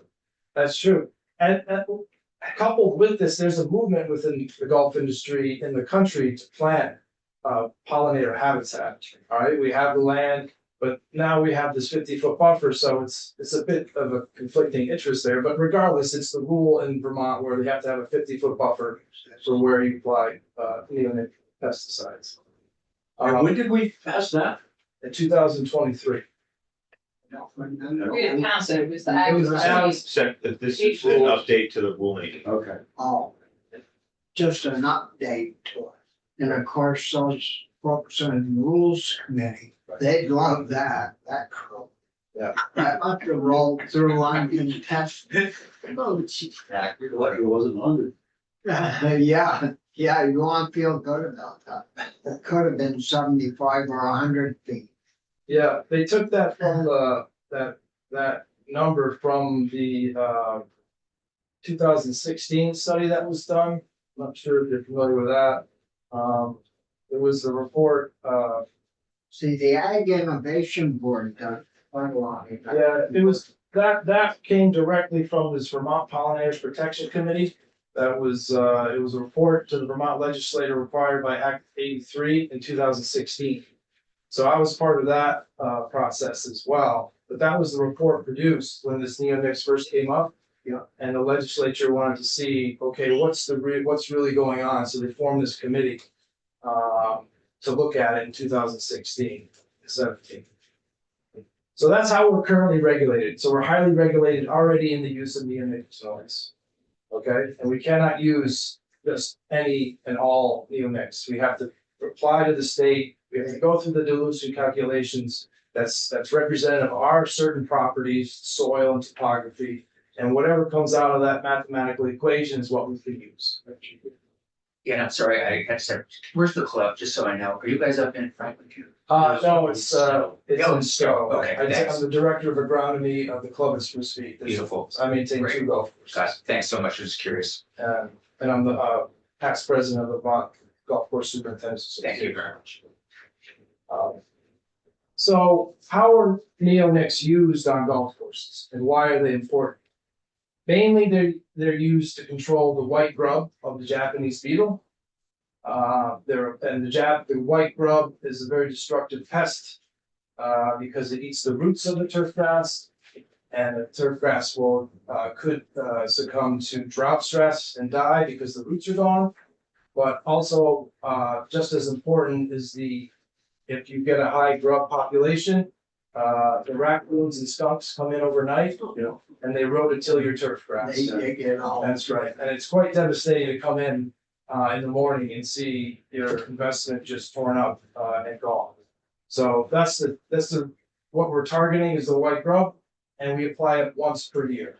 So most common use is once per year. Usually right away from the Japanese beetle emerges from the ground, which is late June, early July.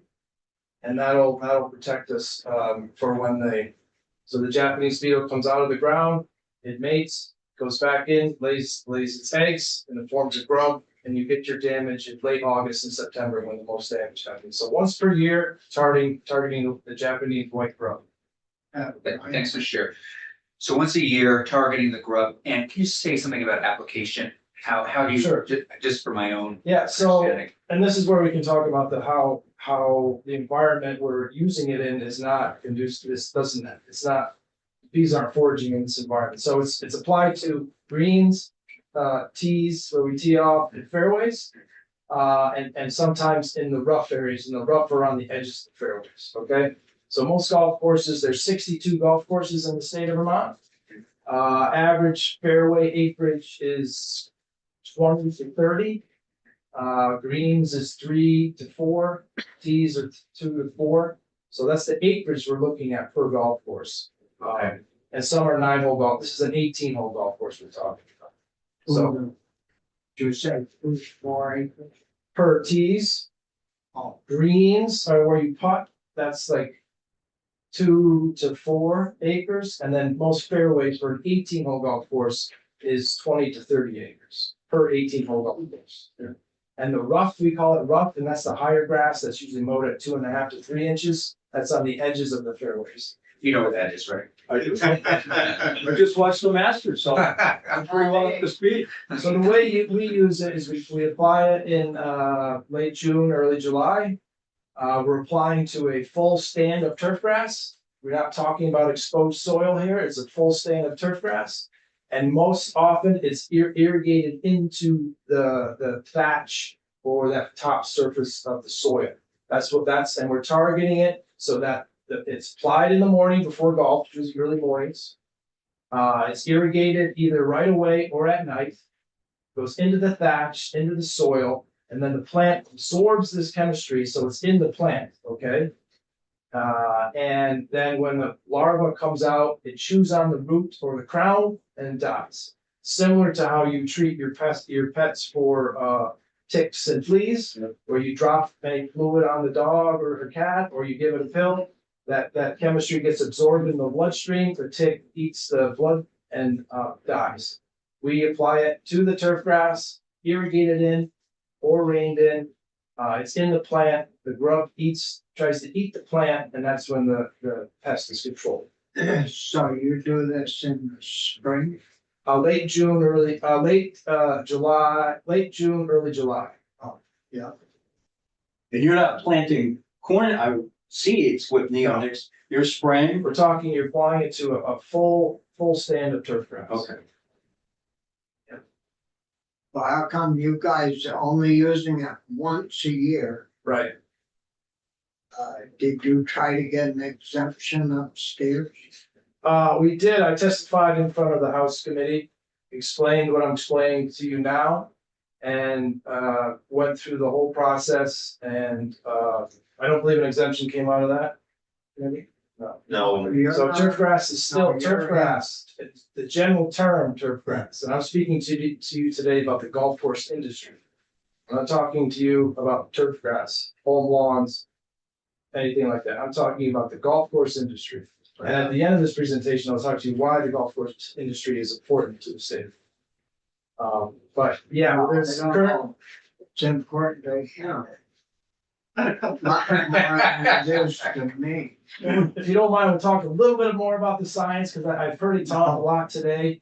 The options available Yeah. and what's in front of us and the concerns that have come up with this whole concept. So there's the diamides, which you've heard about. Yeah. And you've got the neonicotinoids. Yeah. Those are used preventatively to control grubs, meaning you know you have this pest coming, you apply it, it's there for when the pest comes. The other way you control pests is curative, so it's preventative. We have two forms of preventative right now, two chemistry classes. Okay, and we have a third class, and it's curative, it's called Dialox. Basically, if you come out in the morning and your fairways are all tilled up from the raccoons and skunks, you need to apply this chemistry to kill the grubs so you don't have any more damage. I don't know of any golf course in the state that has Dialox on their pesticide permit because of these dilution calculations I talked to you about and the certain chemistry of Dialox. It's highly soluble and it doesn't fare well in these dilution calculations. So no one has the ability to apply multiple acres of this curative. So we have no way of curatively controlling outbreak of grubs. We only have the preventative aspect of grub control. Now, you can ask if you have a certain situation where your asset is being destroyed, you have to do something, you need to protect your small business. You can apply to the Agency of Agriculture for a special application permit, a one-off thing, okay? And they can waive any rules and regulations to protect your asset. But we don't want to go there. We don't want to have to do that reactionary agronomy. We have, so there's that aspect. Currently, to control our pest, we have two preventatives, the neonic and the diamides, and we have one curative, which is Dialox, because that's the trade name. Okay, so in agronomically speaking, you want to rotate your chemistries. Okay, to prevent resistance. Okay, the gentleman before us talked about some resistance that's occurred in agriculture over the years. That's because the persistent use of one chemistry class. The insects become resistant to it. All right, they evolve over time. If we ban neonicotinoids from our toolbox, we're left with one preventative control, the diamide. And the persistent use of the diamides can lead to resistance. Now, it takes years, yes, but it will get there. Same with fungicide, same with everything. Everything develops resistance over time. So we are asking to have multiple choices so we can rotate chemistry. It's basic agronomics. That's what it is. And that's what we hope to have. So that's, is there any questions about how golf uses neonics and why I'm here today discussing it with you? It's a valuable tool, it's effective, it's safe, and the use rate is like a couple ounces per acre. And that's why it's very safe for humans. That's why a lot of these new chemistries are soluble because they're very low use rates. think of 4 ounces per acre. Because that's what the use rate is on some of this mix. It's very small. 4 ounces. Per acre. So that's how we use it. So, and I spoke a little bit about why we see that neonics are safe in the golf turf environment. One is we're applying to a full stand of turf grass. There's no erosion with bare soils. And two, most often, golf courses are devoid of weeds. We control the weeds, so there's no flowering plants. And the last I know, pollinators don't forage on just existing turf grass. So we are applying these pesticides in environments that are devoid of pollinators because there's no food source there. They're just not there. And this off-site movement that's being discussed, it's not happening in the golf environment because it's a full turf grass stand. We're applying a pesticide to the world's greatest filter, which is turf grass. And you're applying it so that it's used by the plant, absorbed into the plant, and it's there in the plant. And why would we apply chemistries that are, where we're just wasting money if they move in the soil? It just doesn't happen. So that's why we feel they're safe on golf courses in regards to impacts on pollinators. Or have you ever figured it out? Like 4 ounces on a square acre? How that breaks it down by the cubic foot? For square foot, it's minuscule. It's minuscule. Yeah. So You got 42,000 yeah, square feet. So if you got 4 right. Around 44,000. 400, Yeah, because people understand that. right.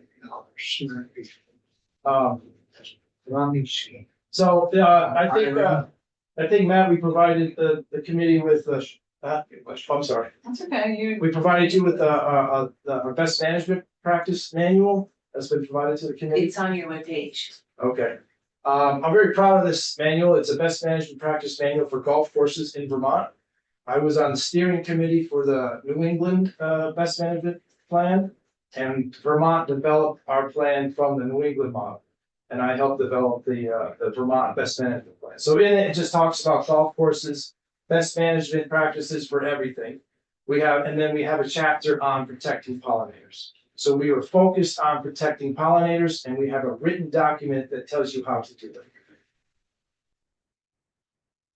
Irene? Yeah, thank you, Mr. Chair. So I have a couple questions. Someone came in and told us in prior testimony that a whole teaspoon of neonics could kill every bee in Vermont. So to say 4 ounces to me, does it make me feel safe? Well, that's worth. Yeah, I doubt that Okay, testimony. okay, well, as far as wildflowers, the places I've golfed have had wildflowers, Correct. along the side, so there are bees attracted to that.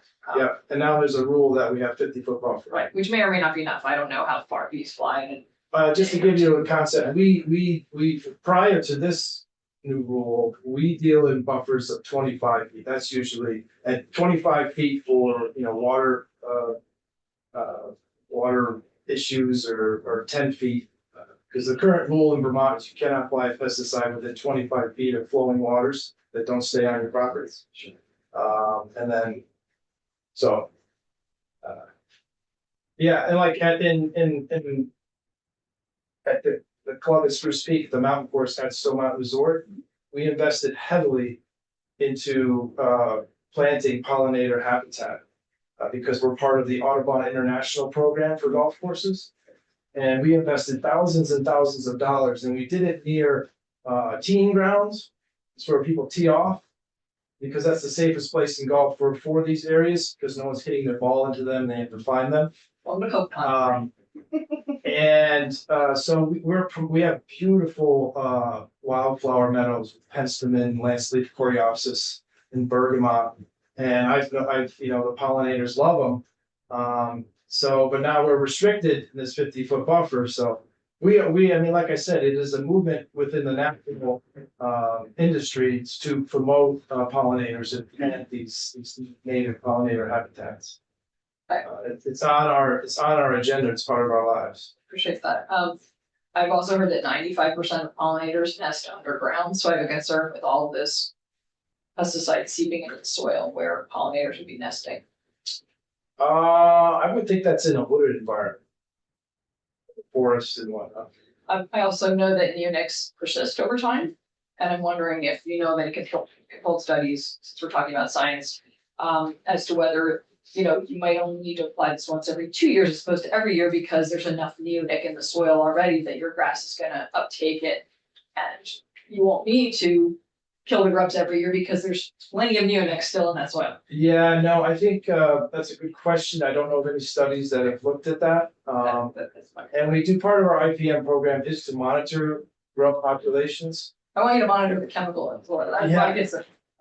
The reality of that is the power of microorganisms pretty much degrades all type of chemistries that are applied in the soil. I mean, I don't really know how long neonics last in the soil, but I don't think it's past a few months.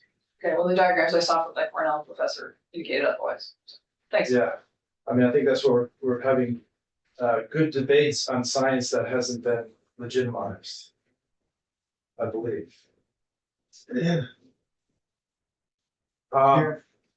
So I hopefully that's I've explained how these neonics are used on golf courses, and why is this important?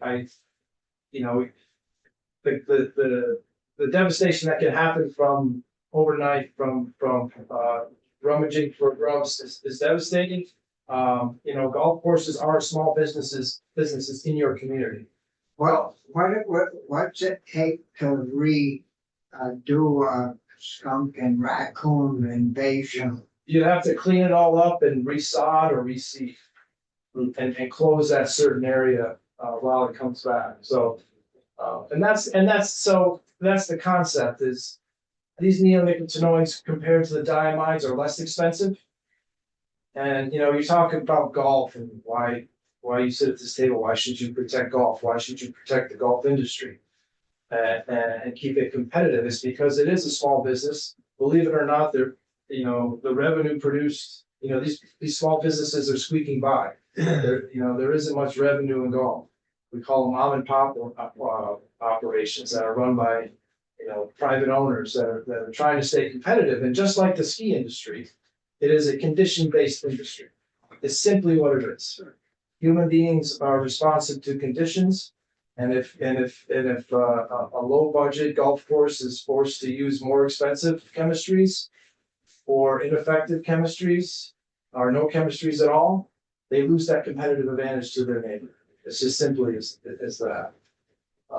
An interesting thing that COVID was a boom for golf. It was a safe environment for people to congregate and enjoy recreation. And we're still experiencing that boom. And it's a viable business in all of our communities. And like I said, there's about 62 in total in Vermont. 62 golf courses. So, it's you talk about that, small businesses and the fact that it is, comparatively speaking, low acreage to agriculture. Yeah. I think that's all I have. I would just ask that, we are currently highly restricted by the Agency of Ag and the rules currently in place. And with these new rules, the 50-foot buffer and the fact that all applications made need to be with a licensed applicators, give time for those rules to come into effect. And let's trust the Agency of Ag with their rulemaking. Just give it time. Give these new rules time to see if it works. And I would ask for an exemption to this bill for golf courses. I can't speak to agriculture. I can't speak to the whole lawn industry. I can speak to golf course specific, and it's a very unique small industry in Vermont that needs this tool to survive, effectively survive. You mentioned the rotation, Kevin. Is it every other year or 2 years and then the other two, or is it? Resistance happens over decades, right? So Okay. you could use it for 2 to 5 years and switch chemistries, Okay. or a lot of times it is annual. It depends on the manager, really. But those buggers keep coming back, huh? Yes, they do. It's nature. It just turn your head and it just keeps coming back. I think you made a good point. If we pass this 50-foot buffer rule in 23, I said pass, if the rule went into effect, Right. we haven't really given it much of a time to play out. So, See, the innovation board must have come up with that suggestion. I believe they did. And it came from this pollinator protection committee that was the legislator required in 2017. And this was produced to understand the neonic ban came up in 2016 as well. Yeah. And can I just leave you one last thing? The loss of our native pollinators is not lost on me. I understand the value of it. My wife and I are owner operators of a pick your own blueberry farm in Stowe. We grow 2,000 high bush blueberries, and pollination is extremely important. And I wouldn't be here today promoting the use of neonicotinoids on golf courses if I didn't feel comfortable that would somehow impact our native pollinator populations. I understand the power of pollination. But you must get around the golf course quite often. Do you see bees around the edges and the flowers? Yeah, and like I said, at the mountain course, it's in our planted areas. I mean, that's part of my day is, stress relief is with all the stresses to go to my pollinator habitat and look at all the foraging bees. It's quite a pleasure. It brings you out of the normal day run around. Yeah, I mean, we had a farmer that maybe you were here, has 300 acres of pumpkins. Yep. That neighbor right on his cornfield. Okay.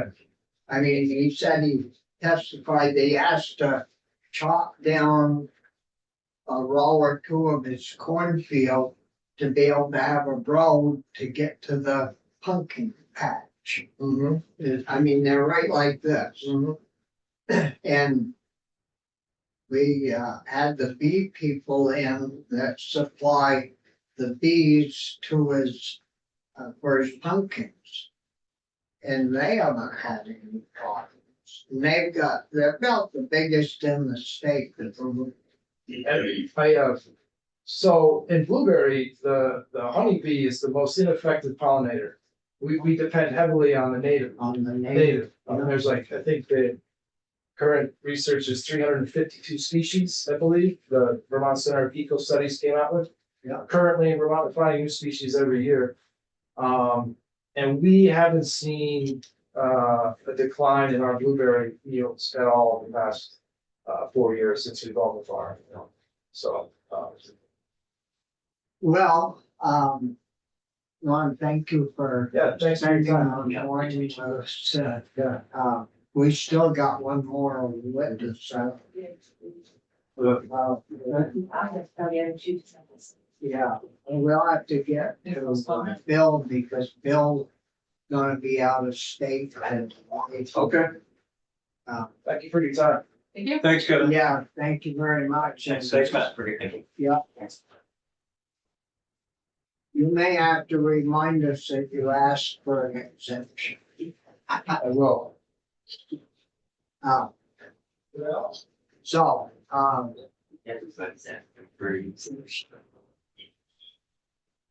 the morning, Bill. Sorry to Hello, keep waiting, but it's been a busy morning.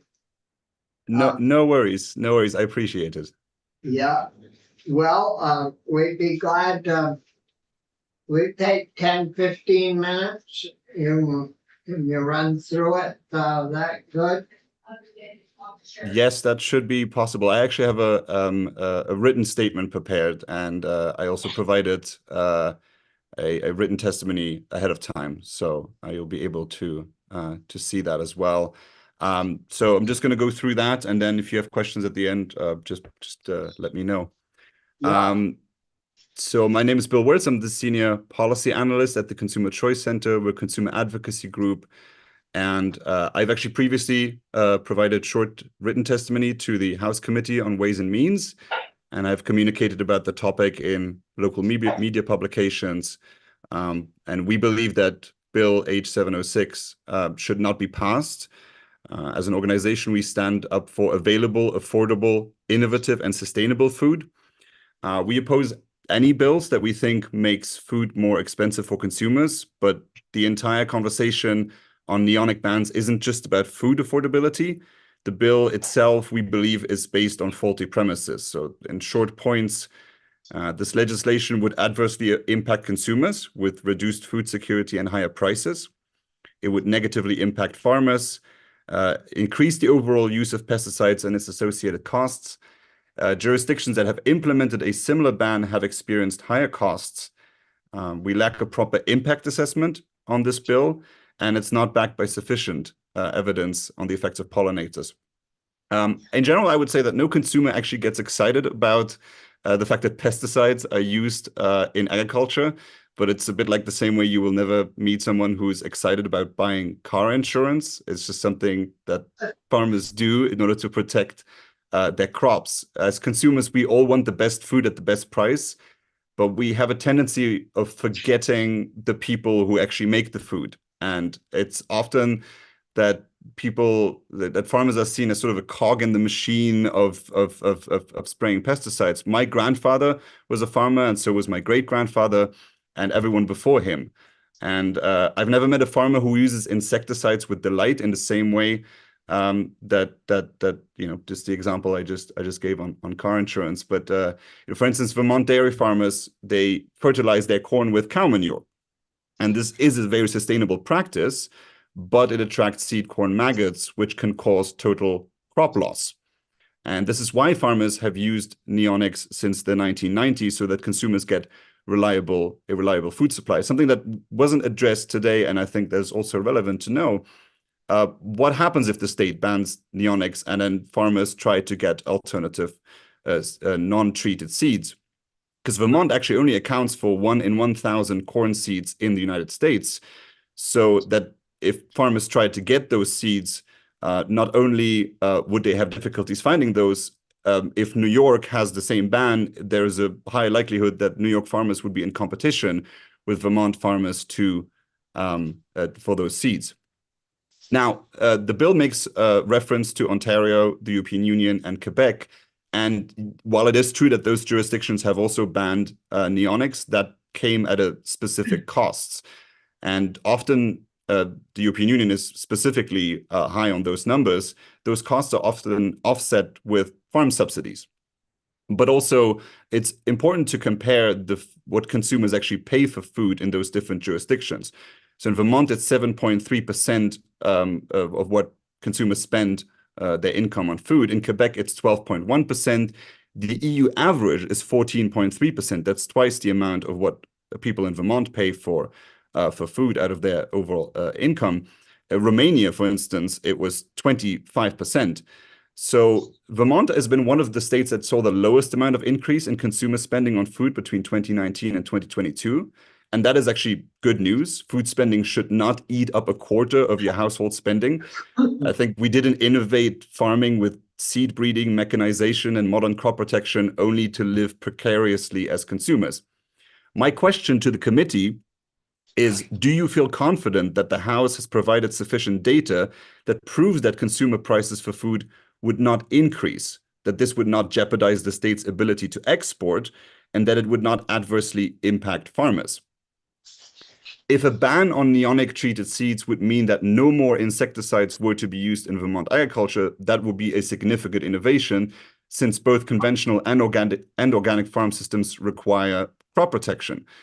And we can talk about the promoted substitute that was addressed today, which is diamide. It's short-sighted to believe that substitution products will be immune from criticism. Anthranilic diamides are most dangerous to monarch butterfly larvae, according to researchers at Iowa State University. There's a reference also in my written testimony that points to that. And I think importantly, they come at triple the costs of neonics with lower efficiency, which means that farmers would pay more for crop protection and also lose out on crop yield. And we fear that this would directly impact prices for consumers. the federal annual cost benefit of neonicotinoid insecticides is $848 million. And without them, corn would be up $7 per acre and sorghum $4 per acre. And there's also references, those references are also in my written testimony. The most important factors for consumers when they buy food is taste and price. But that doesn't mean that sustainability has no role in consumer behavior. And I think that's why it's also important to look at pollinator health and to investigate those claims. Neonicotinoid treated corn, by far Vermont's largest vegetable crop, is especially unlikely to come in contact with bees because bees do not pollinate corn. It's pollinated by wind, like most other grain crops. I had some points about varroa mites as well. That was addressed previously. I think it's important to look at the diverse causes for why there might be regional declines in bee numbers. But I think the most important factor that strikes me about the conversation on bees is that bee populations are not down, they're actually up. You can read that in the Washington Post. It was reported very recently. It's from the census data. The United States has had a 31% increase in the past 15 years on bee colonies. So if neonics would have been in use since the 90s and if they caused bee decline, they would be sort of bad at reducing those bee numbers. And yes, bees do live in a complicated ecosystem. If you increase the amount of managed bees, those managed bees can be a threat to feral bees. But I think we need to look at this holistically and not just try and blame one specific chemical, which is actually used to protect the yields that guarantees prices for consumers that they will be able to afford. And on the global level, actually, honey production per capita has increased 15.6%. So I think in that terms, I just don't see the justification for it. I also mentioned earlier that consumers seek out products by taste and price, but also high in the qualifications that consumers make when they choose a product is whether it's local.